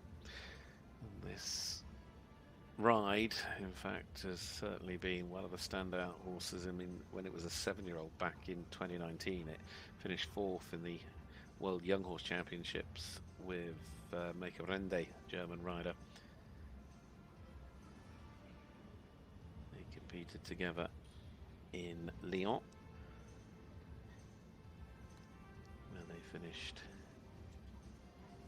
in 10th place in the freestyle, having taken 7th place in the Grand Prix on a score of 72.435.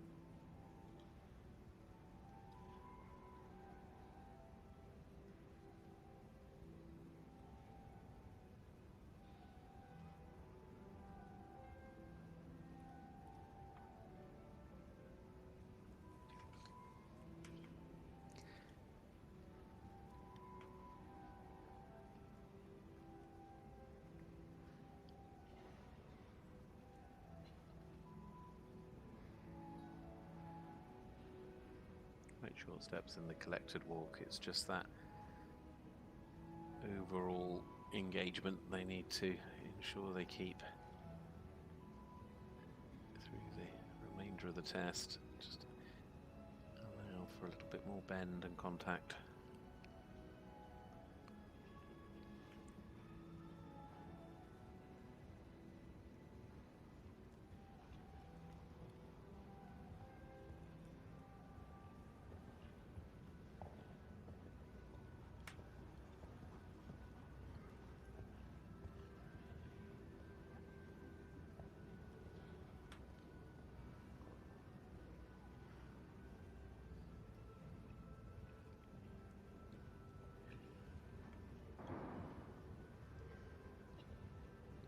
Definitely seen a step change in some of these tests. The marks so far in this second half of the draw.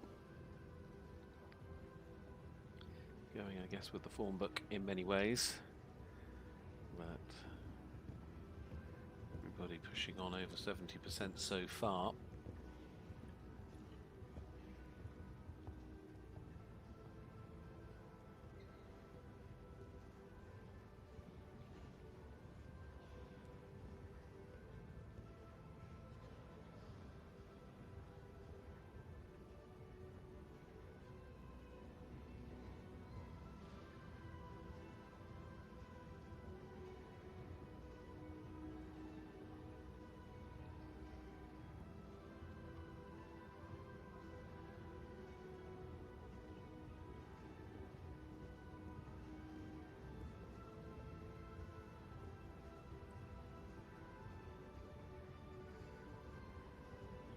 Keeping as straight as possible through those one-time changes.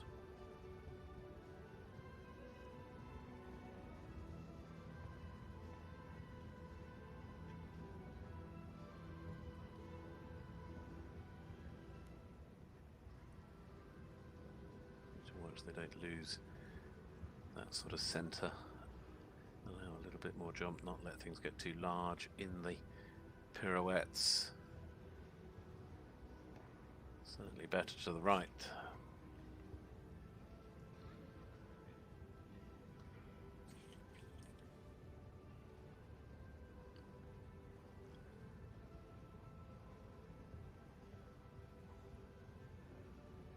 And again, this is a partnership that just seemed to have relaxed a little bit more as this test has unfolded.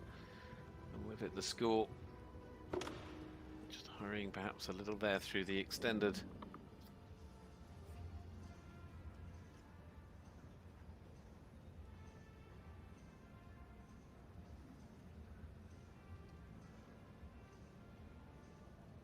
They're only just shy of their score from Lyon in the Grand Prix.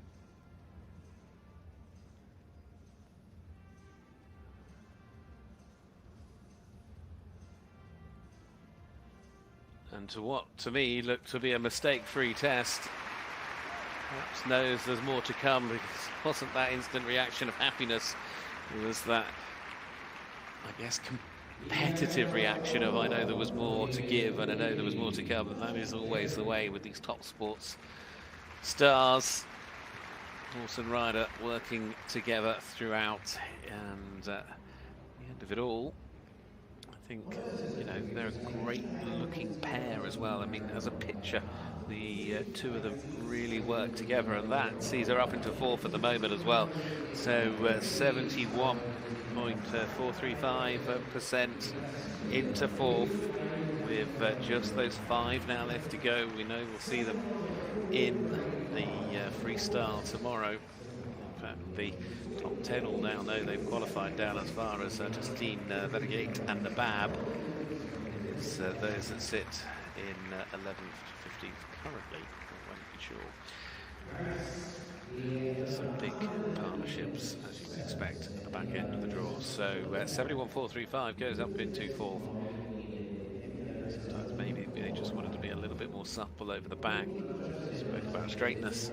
Some really nice riding. It's a lovely horse. Just, perhaps just to relax, just brings the transitions a little bit more fluidly through. Well, it is on, and now in to those final 5 that we begin to focus our attention. And to the lady that sits third on the Western European League, we look now. The world number 3 in the saddle here. This, of course, is the turn of Nanna, Skodborg, Merrald, riding Blue Horse Don Ombrio. Excited to see the performance of these two.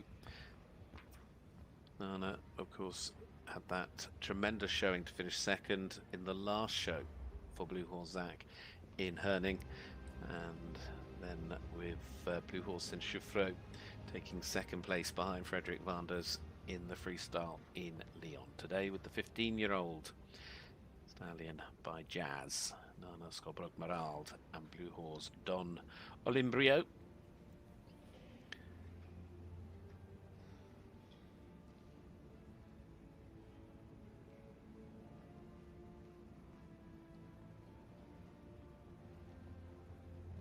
A very good result if we remember back to Aachen this year, where they picked up a score in the freestyle of 82.855. I believe the combination best score for these two came in Rambo 75.217 back in 2021. This, as ever, is a very strong start, a very straight start.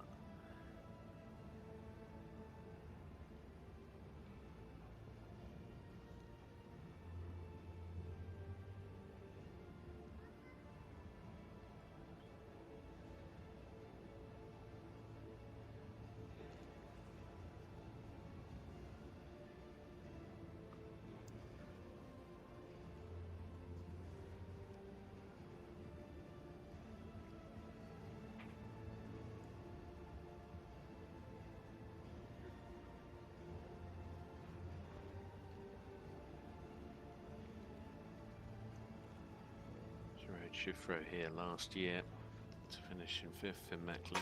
Sorry, that was in Mecklen. I was thinking she didn't actually ride here last year. She was Wilhelmsborg, wasn't she, where she was 2nd, not Schifro. This year, starting off with that pair of seconds. And at the moment, keeping this as one of the combination's best scores to date.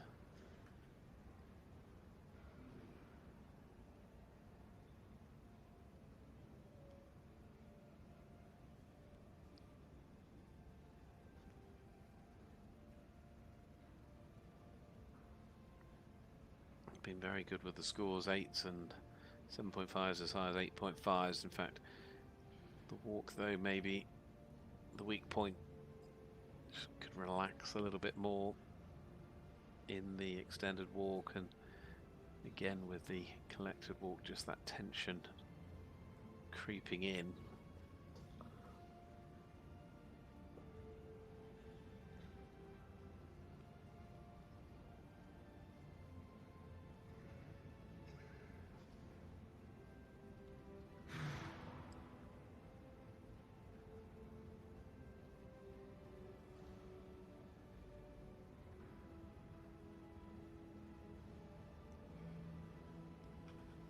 Again, that Piaf and Passage is such a strong part of what these two can do.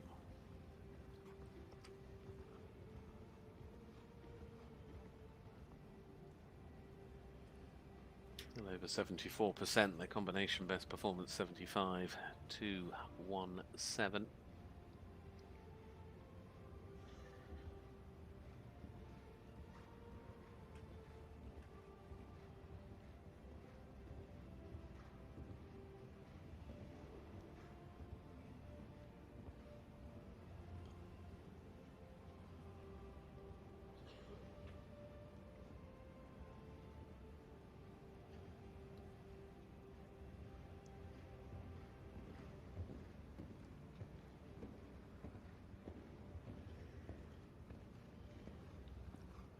Good risk as well, really showing well in the extended canter.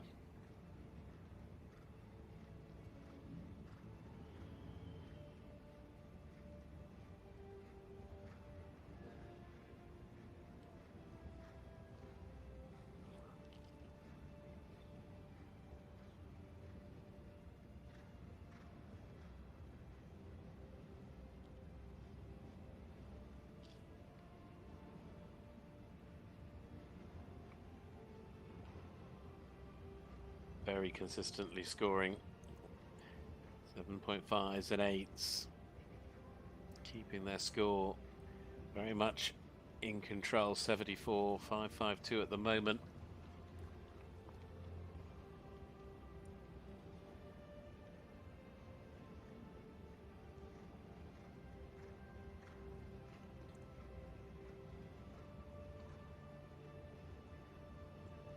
edging ever closer to a personal best Grand Prix performance from Blue Horse, Don Olimbrio and Nanna.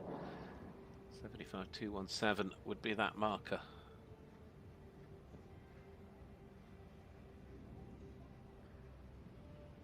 Very nice pirouette to the right.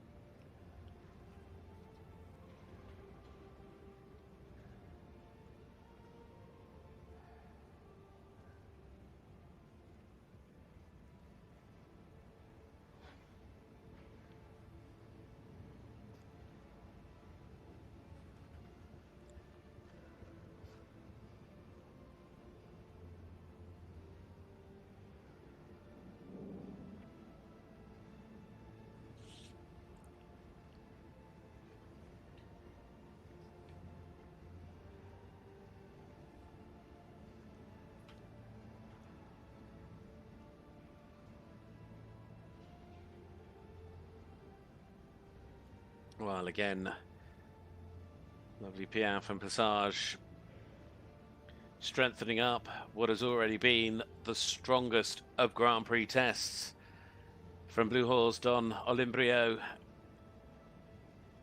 A magnificent performance, a combination best performance coming from the world number 3 in the saddle there, Nanna Skodborg Merrald for Denmark. She may well have had a run of second places so far on the Western European League, but in this Grand Prix today, she has staked her claim for victory. She knows there are some very strong combinations still to come, but it was accurate and it was a brilliant performance from them. And there it is, 75.587%. Her previous best 79.217. So she now resets her best score with that ride. It was so well ridden. It was a great test today. What a super horse it is, and what a super rider. There's no doubt about it. Some real highlights throughout the course of that as well. So one to enjoy. Will it be enough to see her into the top spot today with 4 still to go? Don't know. We'll have to find out as we go along, because there are, as of yet, still a interesting lineup of stars to come forward, and Nanna will know that as well. So she'll just be watching on as to how the rest of this class unfolds. But the best so far, Nanna Skodborg Merrald, Blue Horse Don Olimbrio leads the way for Denmark, for Menna, Kanerva and Greek Air for Finland, Raphael Netz, Great Escape Camelot for Germany, the 1, 2, 3. As next to go, Belgium and Larissa Pauluis riding Flambeau, the gelding, the 13-year-old by Ampere. Another that went to the European Championships, of course, went all the way through as well to the freestyle at the Europeans this year. Their Grand Prix performance on the opening day was a personal best for these two, 73.106. This is the same ride she took to Tokyo with her in 2021, as already competed at Lyon this year, when she finished both in freestyle and in the Grand Prix on a score of, well, in a position of 8th. Her score in the Grand Prix was 72.087. So it's been consistent at a level that could well get you into the top 5 here today in recent tests. Unfortunately, as we saw, that change before the halt is going to cost her to start things off, and now has to just look to recover that as the test continues. They know they have the performance to do that. Yeah, they need to deliver.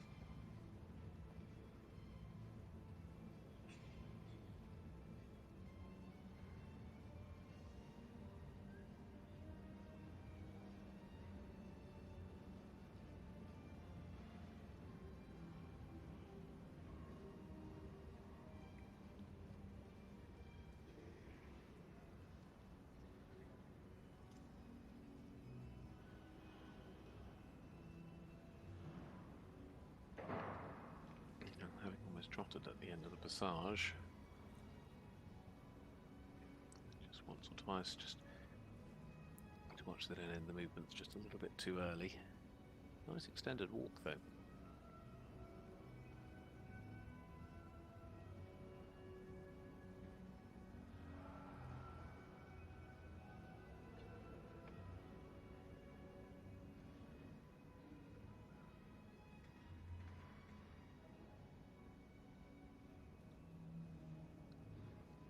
Good as well through the collected walk. Very solid transition into the passage.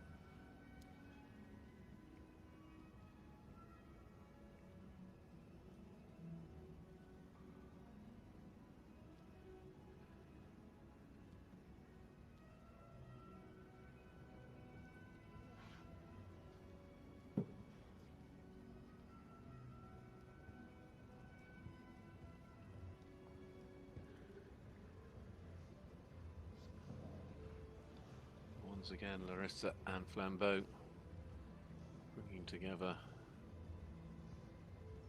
a test that is right up there in terms of performance and what we've seen over this year so far.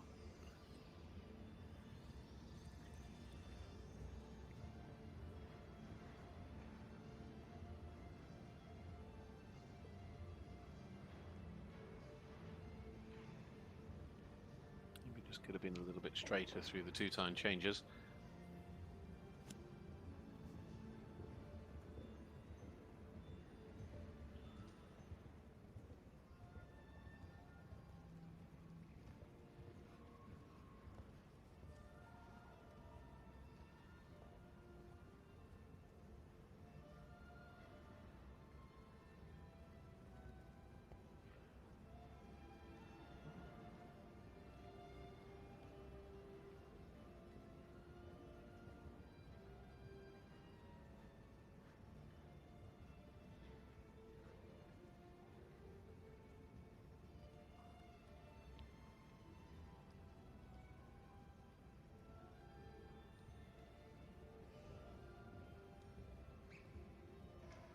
Edging ever closer to a personal best performance here.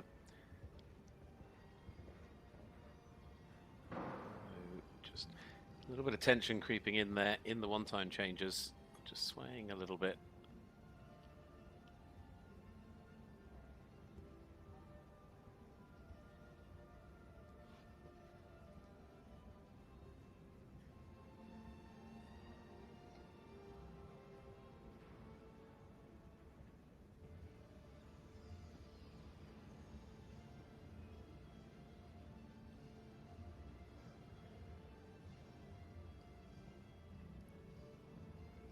Slowed down a little bit more, just lost their centre slightly in that pirouette to the right.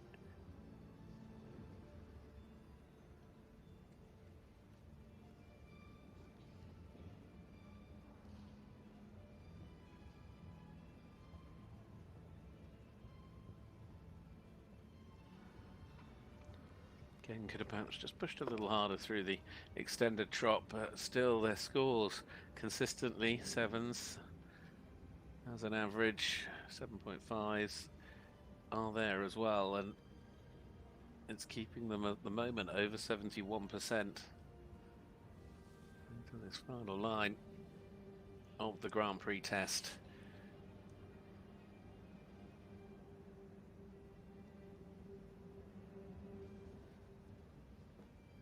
A little bit in the Piaf, but it was a good transition out. Now coming down towards, and now coming, little interruption right at the end of the passage there, and that wraps it up for Larissa Pauluis and Flambeau for Belgium. Another to secure a what looks like 71+% score. Could it maybe even creep into the 72s? We will see. Just wrapping up there, Larissa and Flambeau, 13-year-old Gaudi by Pierre, coming to the conclusion of their test here in this Grand Prix. Where will that put them? I'm sure, of course, obviously, through they go. 72, it is just into the 72, 72.065% across the panel of 5. You can see as high as 73, as low as 70.9. It's a very even split, and that leaves us 3 more to go. And that score is 72, I should say, 0.65 puts Larissa into 5th place. Just behind Patrik Kittel, there is just absolutely nothing between 5th and 6th in this class, to be quite honest, as it currently stands. Now we move on, because it is, we'll just see these last of the replays here before we move on indeed to the final 3 to go here in Stuttgart. 1 for Denmark, 1 for Germany, 1 for Norway, and here is the chance for Denmark. It is the turn of Queen's Park Wendy, the 9-year-old mare, the ride of Andreas Helgstrand for Denmark. Andreas is currently ranked number 11 on those rider rankings. The first World Cup show for this horse came in Herning just a few weeks back, where they finished 2nd in the Grand Prix with a score of 73.196%. They went on to finish 4th in the freestyle. It's a horse that has shone throughout its career. It was 2019 in the 5-year-old World Championships in Verden, where they finished in the bronze medal position, and then went on as a 7-year-old and took 6th place as well. This is a horse that we've seen coming over the years, and in the fabulous hands of Andreas, of course, tremendous experience, Olympic, World and European Championships, with that individual silver coming his way on Blue Hills Matinee back in 2006, and it's a really nice start here as well. Best score for this combination, actually the Grand Prix best score comes in Hagen from the Grand Prix in 2022 of 74.370. But it's again a lovely start. They may be just a little bit hurried in the opening extended trot, but very well done through the half passes, both left and right.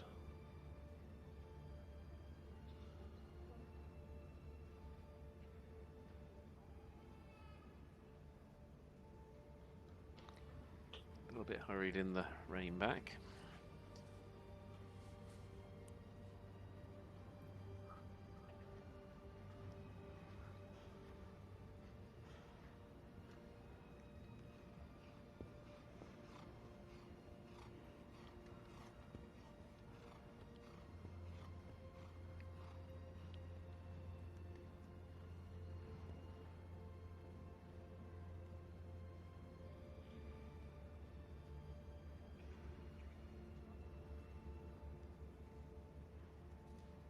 Lovely transitions already, very strong in the passage and the piaffe.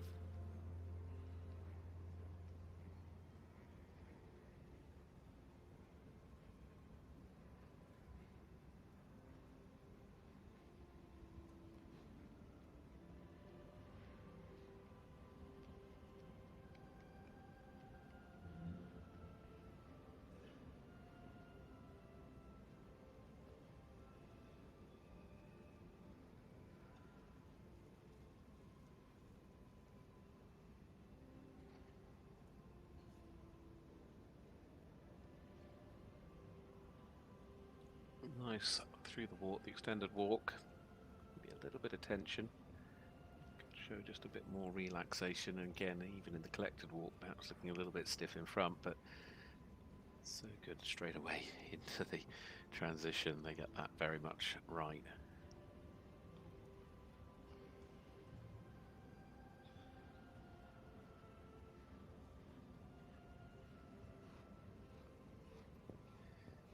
Piaffe there, maybe not quite as impressive as we saw. Oh dear. Well, not necessarily clearly on aid there. shall we say. A reaction just going a little bit wrong, but there we go. See, though, they're still bringing out a performance that very much matches the score from Herning. Just need to be careful that it's not a little bit of tension creeping in to this 9-year-old.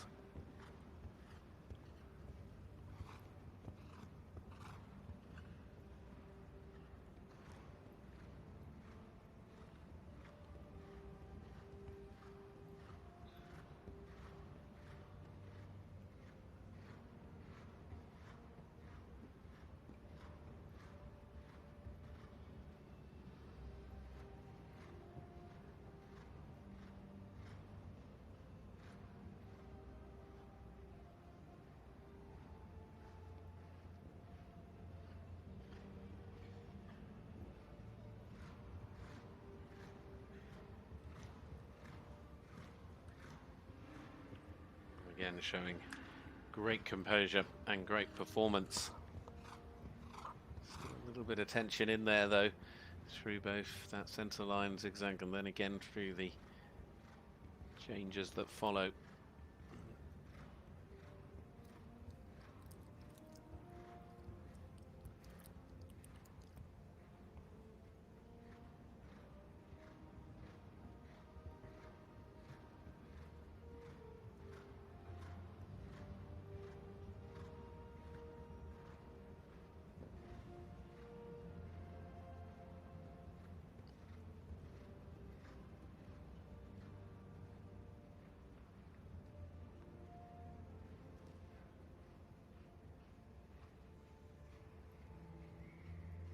Their score of 73.196 from Herning. They're only a fraction behind that. Maybe wanted a bit more ground cover to improve the extended trot. A little bit hectic.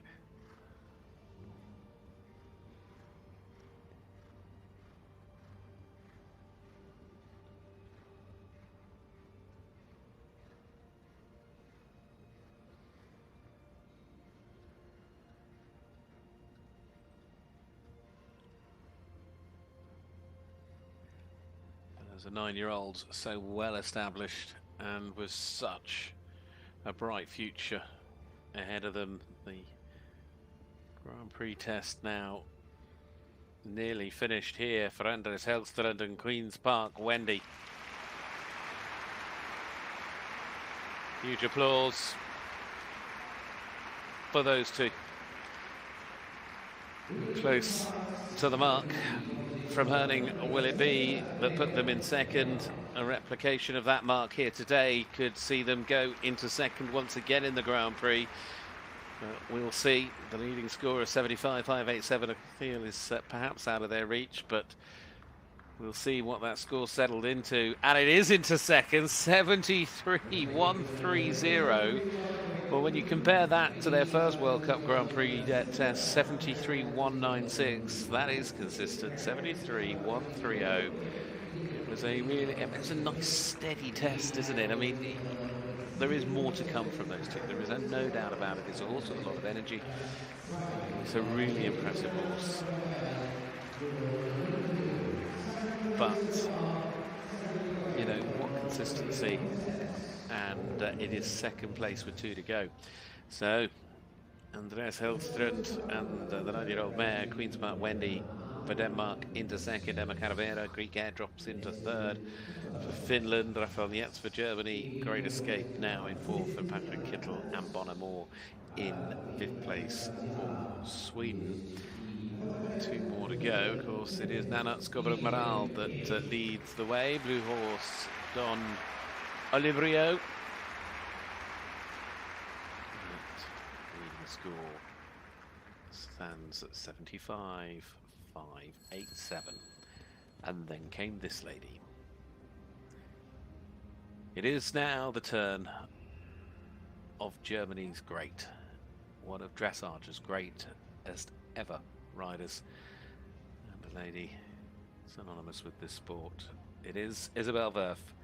Today with her beautiful, now 17-year-old gelding, Emilio, that has been one of a great array of successful superstars that she has had and brought for us to enjoy in this amazing sport.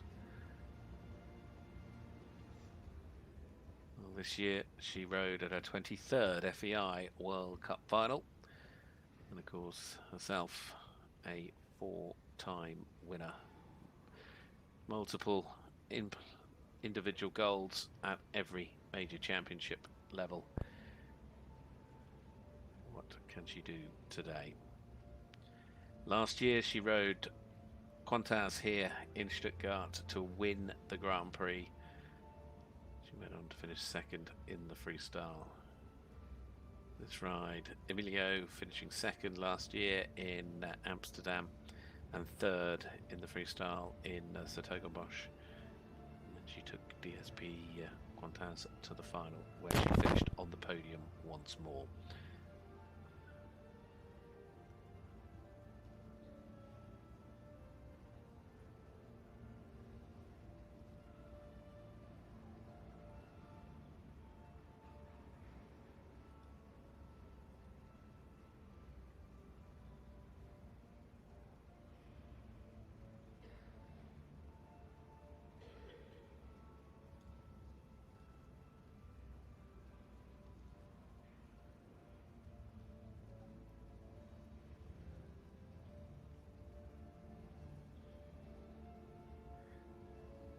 She certainly recovered from that slightly awkward start, and now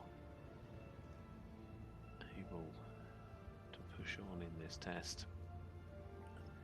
But Nanna, who was mistake-free to deliver that 75.587, that combination best score from Blue Horse Don Ombrio, has put quite some marker down in the Grand Prix here.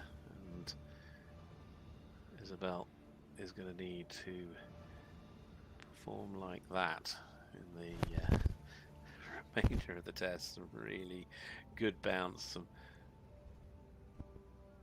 beautiful transition as well, and that now allowing the scores to open. Plenty of solid 7.5s and 8s coming through for Isabell Werth.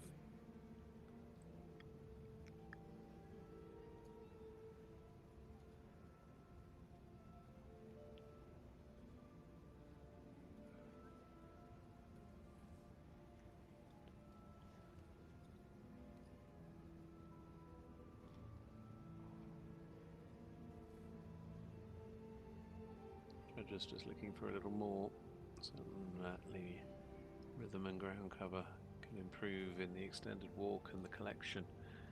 On the collected walk, just lowering those marks down ever so slightly to the 6.5 range, 6 there for the walk movements, and then back into the wonderful Piaf passage moments and that brilliant transition that they have so well established. Of course, this has been such a fabulous partner for her over the years.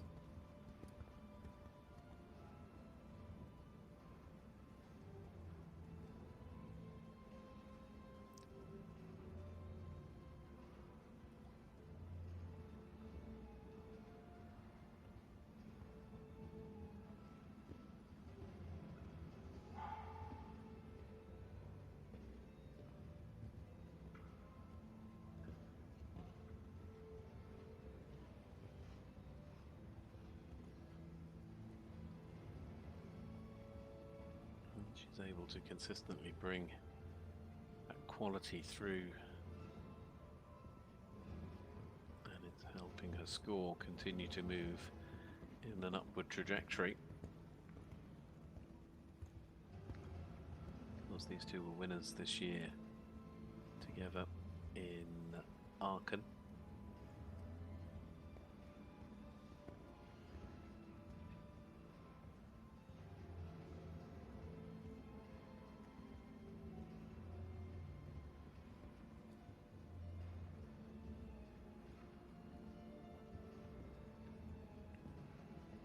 Best of the zigzag half passes there we've seen here today, no question of that.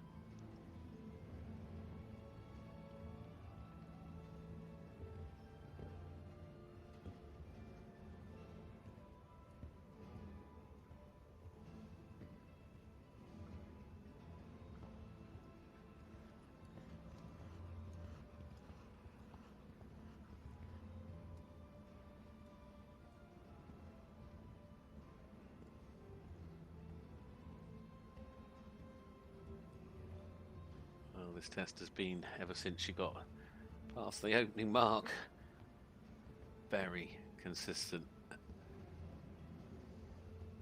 Strongest scores we've seen so far, and as you can see, that just now pushing her ever closer, and now in front in some respects. A beautiful pirouette that was as well. First time we've seen a 9 used today.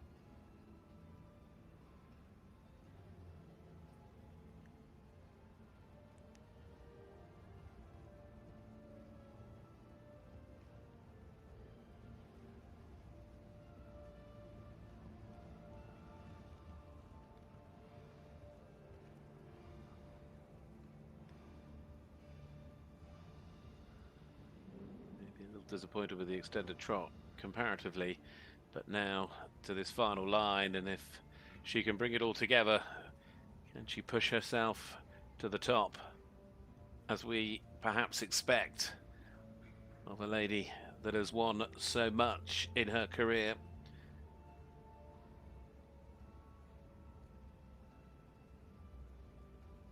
Beautiful piaffe, passage, transitions, it all comes together on the final centre line for Isabell Werth and Emilio 107.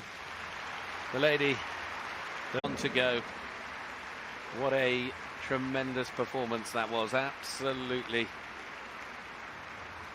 beautiful to watch and enjoy.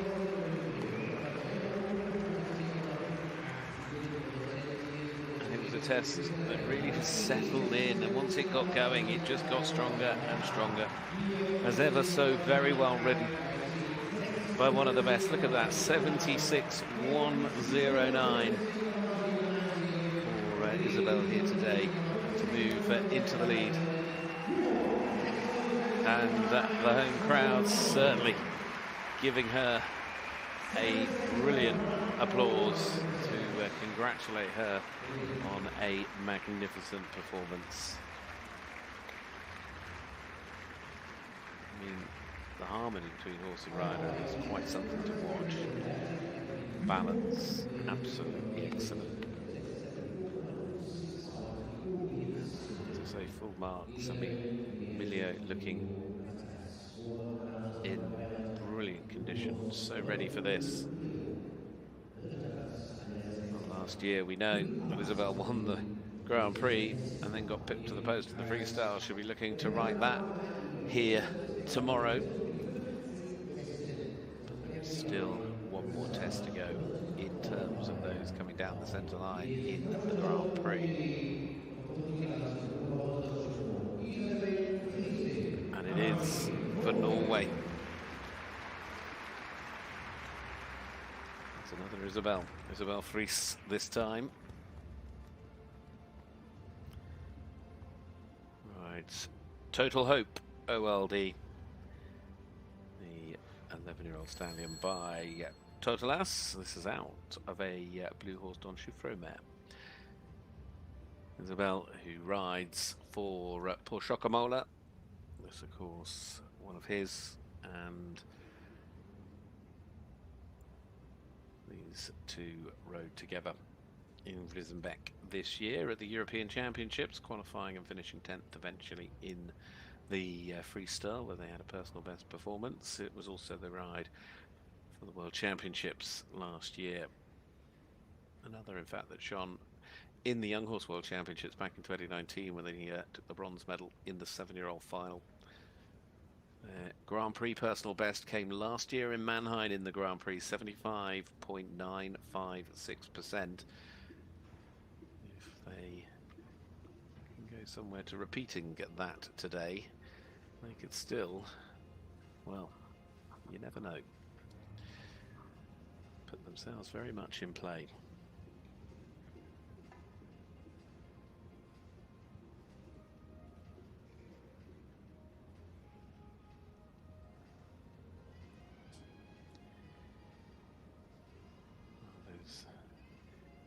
Issues already, as we've seen, walking towards the end there of the drop movement, costing them after that problem at the start as well.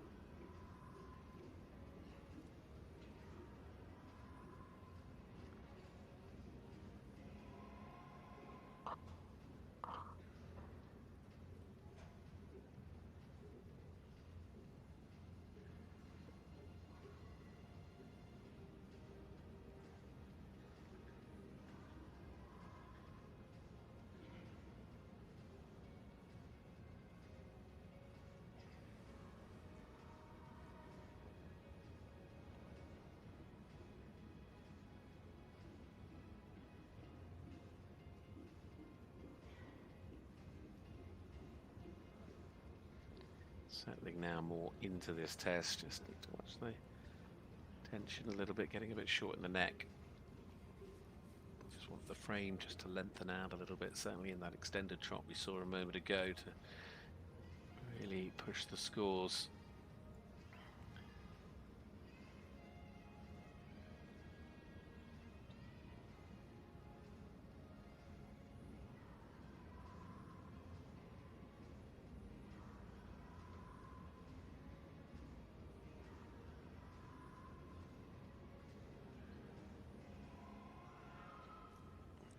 Horse that's certainly got a lot to show in the Passage and the Piaffe, and I think more to come, but now into this extended walk.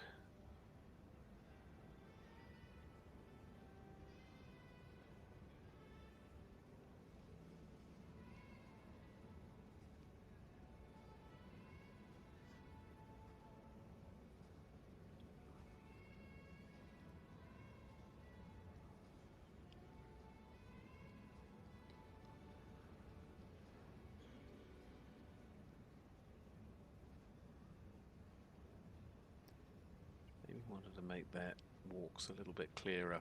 Nice transition now into the Passage.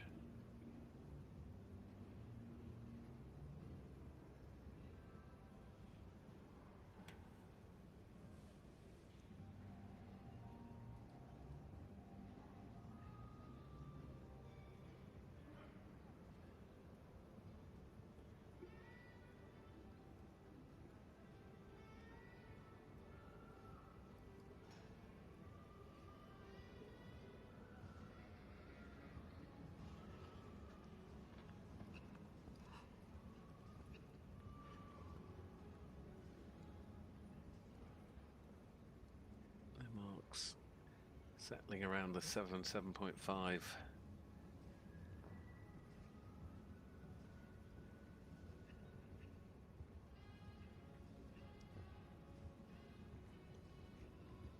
Very tidy through the two-time changes. Just again, they're getting a little bit short in the neck.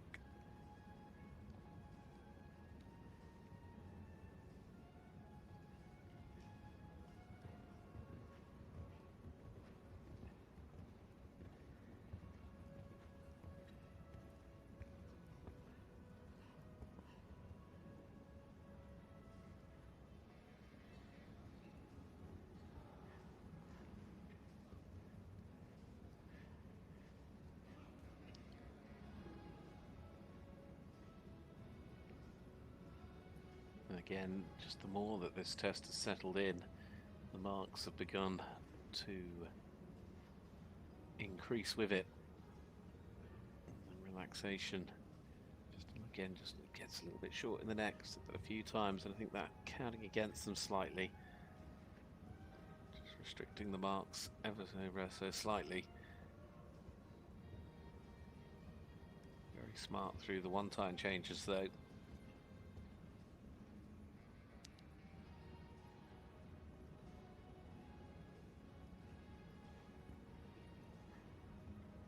certainly allowed their score to start moving up.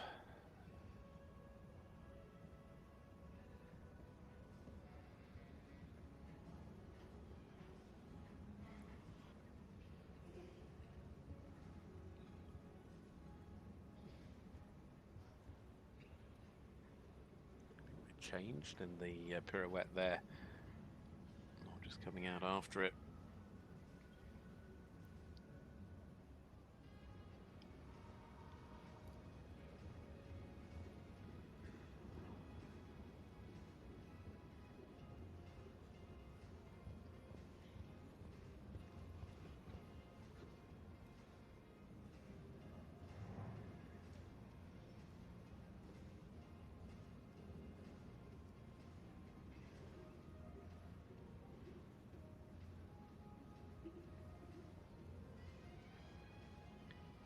It's been quite some day of sport.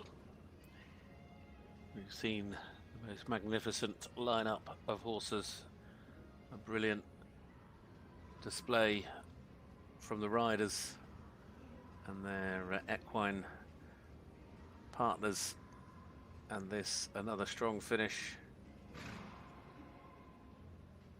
A little bit wide in front of the Piaf, but the passage is good as well, and hopefully a nice halt to finish things off in this Grand Prix test. Isabel Freese there, and Total Hope OLD, the last to come out in front of the judges here in the Grand Prix test. It's not going to change the very top of the order.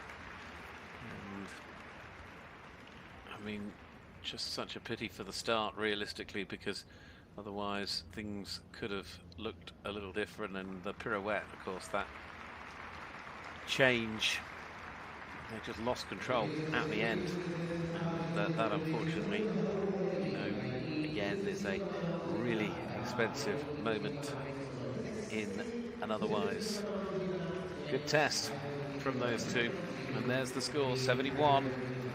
8-4-8, and it still gets her into the top 10. She goes into 8th place, and with it, of course, will qualify for the freestyle here tomorrow.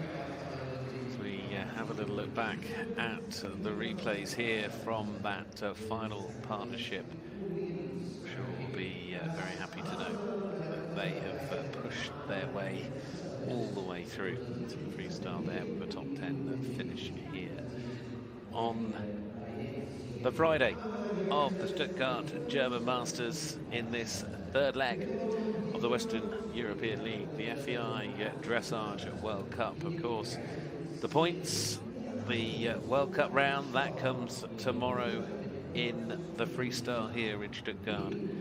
But here on Grand Prix Day, for the second time in a row, it goes to Germany's superstar Isabell Werth. And Emilio, they win on 76.109. Congratulations to Isabel, ahead of Nanna, Skodborg, Merrald, and Blue Horse Don Olivrio, who finished in second. Andreas Helgstrand and Queen's Park Wendy ahead of Emma Caravera and Greek Air. Raphael Netz, Great Escape Camelot, and Patrik Kittel and Bonamore, giving us our top 6 here.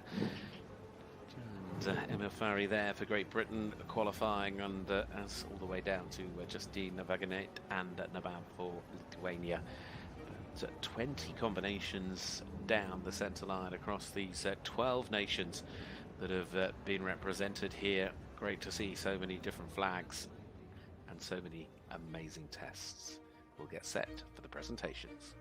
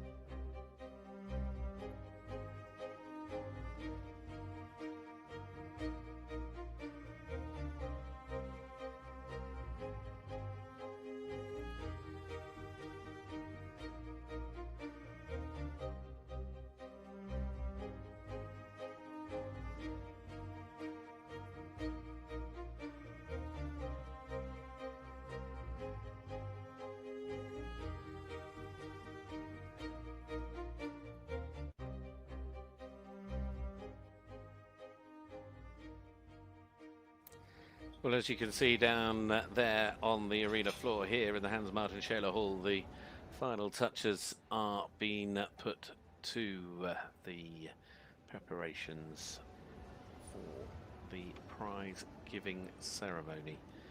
And looking forward to seeing in a moment our prize winners return. Of course, we'll see 8th through to 4th come in one by one for their lap of honour. And then it'll be our top 3 riders that come in and line up in the Grand Prix. Then all the focus can turn as well to tomorrow, because that is when we will see the freestyle test here, and we'll bring you that live on FEI TV as well. That's when the points are given out, and we'll see if Patrik Kittel is still in charge of the Western European League after that freestyle round. It gets underway at 5 p.m. tomorrow here in Stuttgart. They'll be joining us for that one very, very much. Grand Prix freestyle, as I say, 5 p.m. tomorrow here on FEI TV. What a Grand Prix we've been given here in Stuttgart. We've seen tremendous sport already in Herning and Lyon, and of course the league with many more rounds still to go as well. We'll be in Madrid next week before we take a little pause, and then after a couple of weeks off we'll then be in London, the London International Horse Show at XL, the UK's round, the British round, before we then a week later go to Belgium between Christmas and New Year for Mechlin, and we'll start then off in 2024 with Basel in Switzerland, Amsterdam in the Netherlands, and then it's on to Newminster, to Gothenburg, and the final leg will be in Sertogenbosch. That takes place at the beginning of March. Well, let's get set to see our prize winners come and join us. The partnership that may well have been last out to head down that centre line, but still performed to a score of 71.848 to put Norway in 8th place. Isabel Freese and Total Hope OLD, the ride of Paul Schockemolers, the 11-year-old stallion by Turtelas, taking the 8th place slot.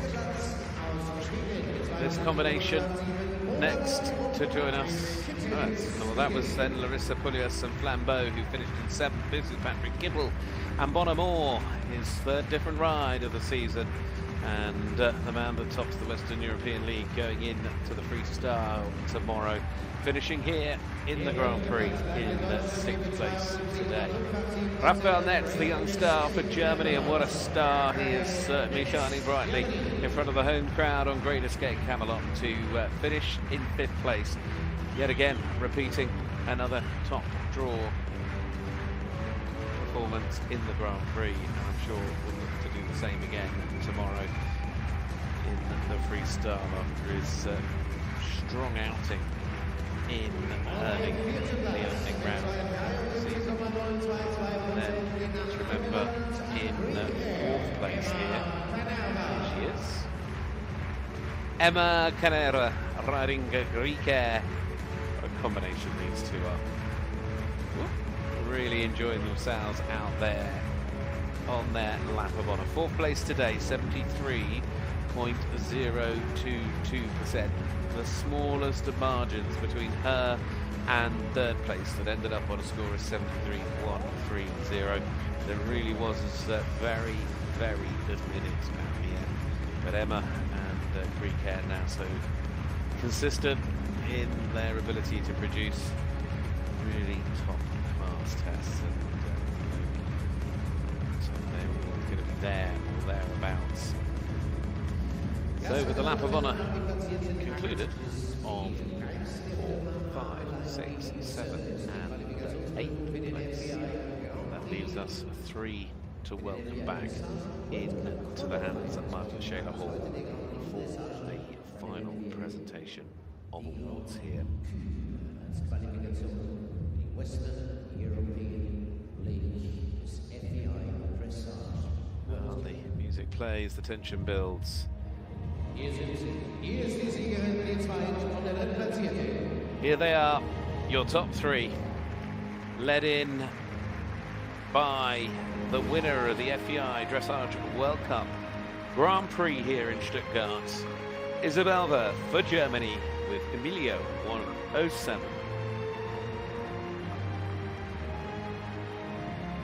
In second, Nanna Skodborg Merrald and Blue Horse Don Olbrio.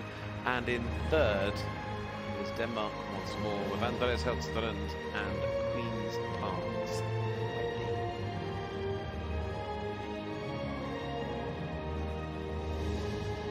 She has repeated what she did here 12 months ago in the Grand Prix test. Will she be able to do the double and take the freestyle again tomorrow? We will find out. But on Grand Prix day, it goes to this amazing horse, the 17-year-old gelding Emilio, and a lady in the saddle. Not only one of the best there's been for Germany, but perhaps one of the greatest dressage riders of all times. Is Isabell Werth and Emilio.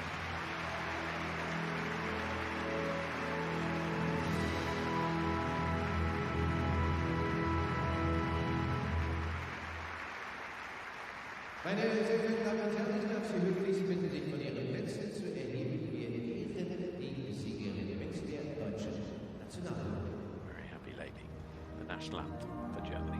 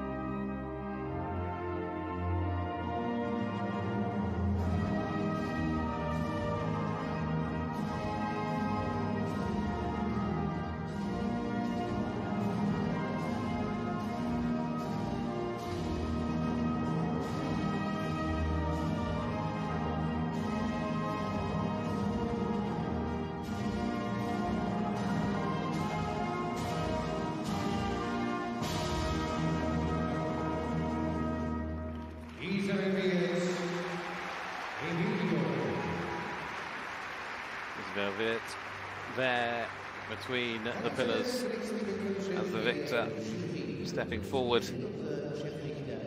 It is Maran Abelin, Managing Director of Abelin Event Services, our presenting sponsor here for the Grand Prix here in Stuttgart. In fact, that also looks like Carsten Rockman, and Mr. Henning Lehrman. We'll catch ourselves up in a moment to come forward in a slightly different order than I was originally anticipating.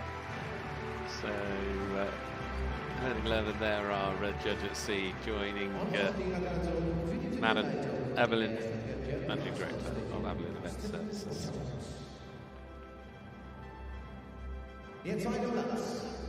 So there is Carsten Rockman, the OC representative as well. Thank you to Miss Maran Abelin for joining us here today. What a battle it's going to be tomorrow, because Nanna has had a run of second places. She'll be looking to break that rut tomorrow, if it is a rut. I'm not sure that you can call it that, actually. Second today with a combination best performance. Those two are better than their performances from the past, and Blue Horse Don Olbrio looking absolutely on form going into the freestyle. And what a partnership these two make. I mean, I was mesmerised by how well this horse came out in Herning a few weeks ago. Queen's Park's Wendy and Andreas Helgstrand. The Danish team continue to have such a great lineup coming through at that. Quite excited at the moment. 9-year-old mare. They're all getting quite excited now. I think they're getting ever closer to their lap of honour here in the hands at Martin Schäler Hall. Remind you again, tomorrow 5 p.m. here in Stuttgart, we kick off with the FEI Dressage World Cup, the Grand Prix Freestyle. It's leg 3 of the Western European League. The points are given out tomorrow. Will Patrik Kittel still be on top after that one? We will find out. Will Nanna Merrald be able to move up to the top after second in Herning and second in Lyon? Or perhaps will the lady at the front of the line today, the winner of the Grand Prix, go on and do the double and win yet again? One of the greatest dressage riders to have graced this sport, with a horse that is an absolute superstar. Your Grand Prix winners today, Emilio and Isabell Werth. It's Germany's day here at the Stuttgart German Masters. Friday for the fans. Will it be the same on our Super Saturday here in Stuttgart? We look forward to finding out. All 15 coming down that centre line in the freestyle. We'll be here with you on FEI TV. Do not miss a trick, do not miss a stride. It's Piaf and Passage, the road all the way to Riyadh. It's next exciting adventure here in Germany.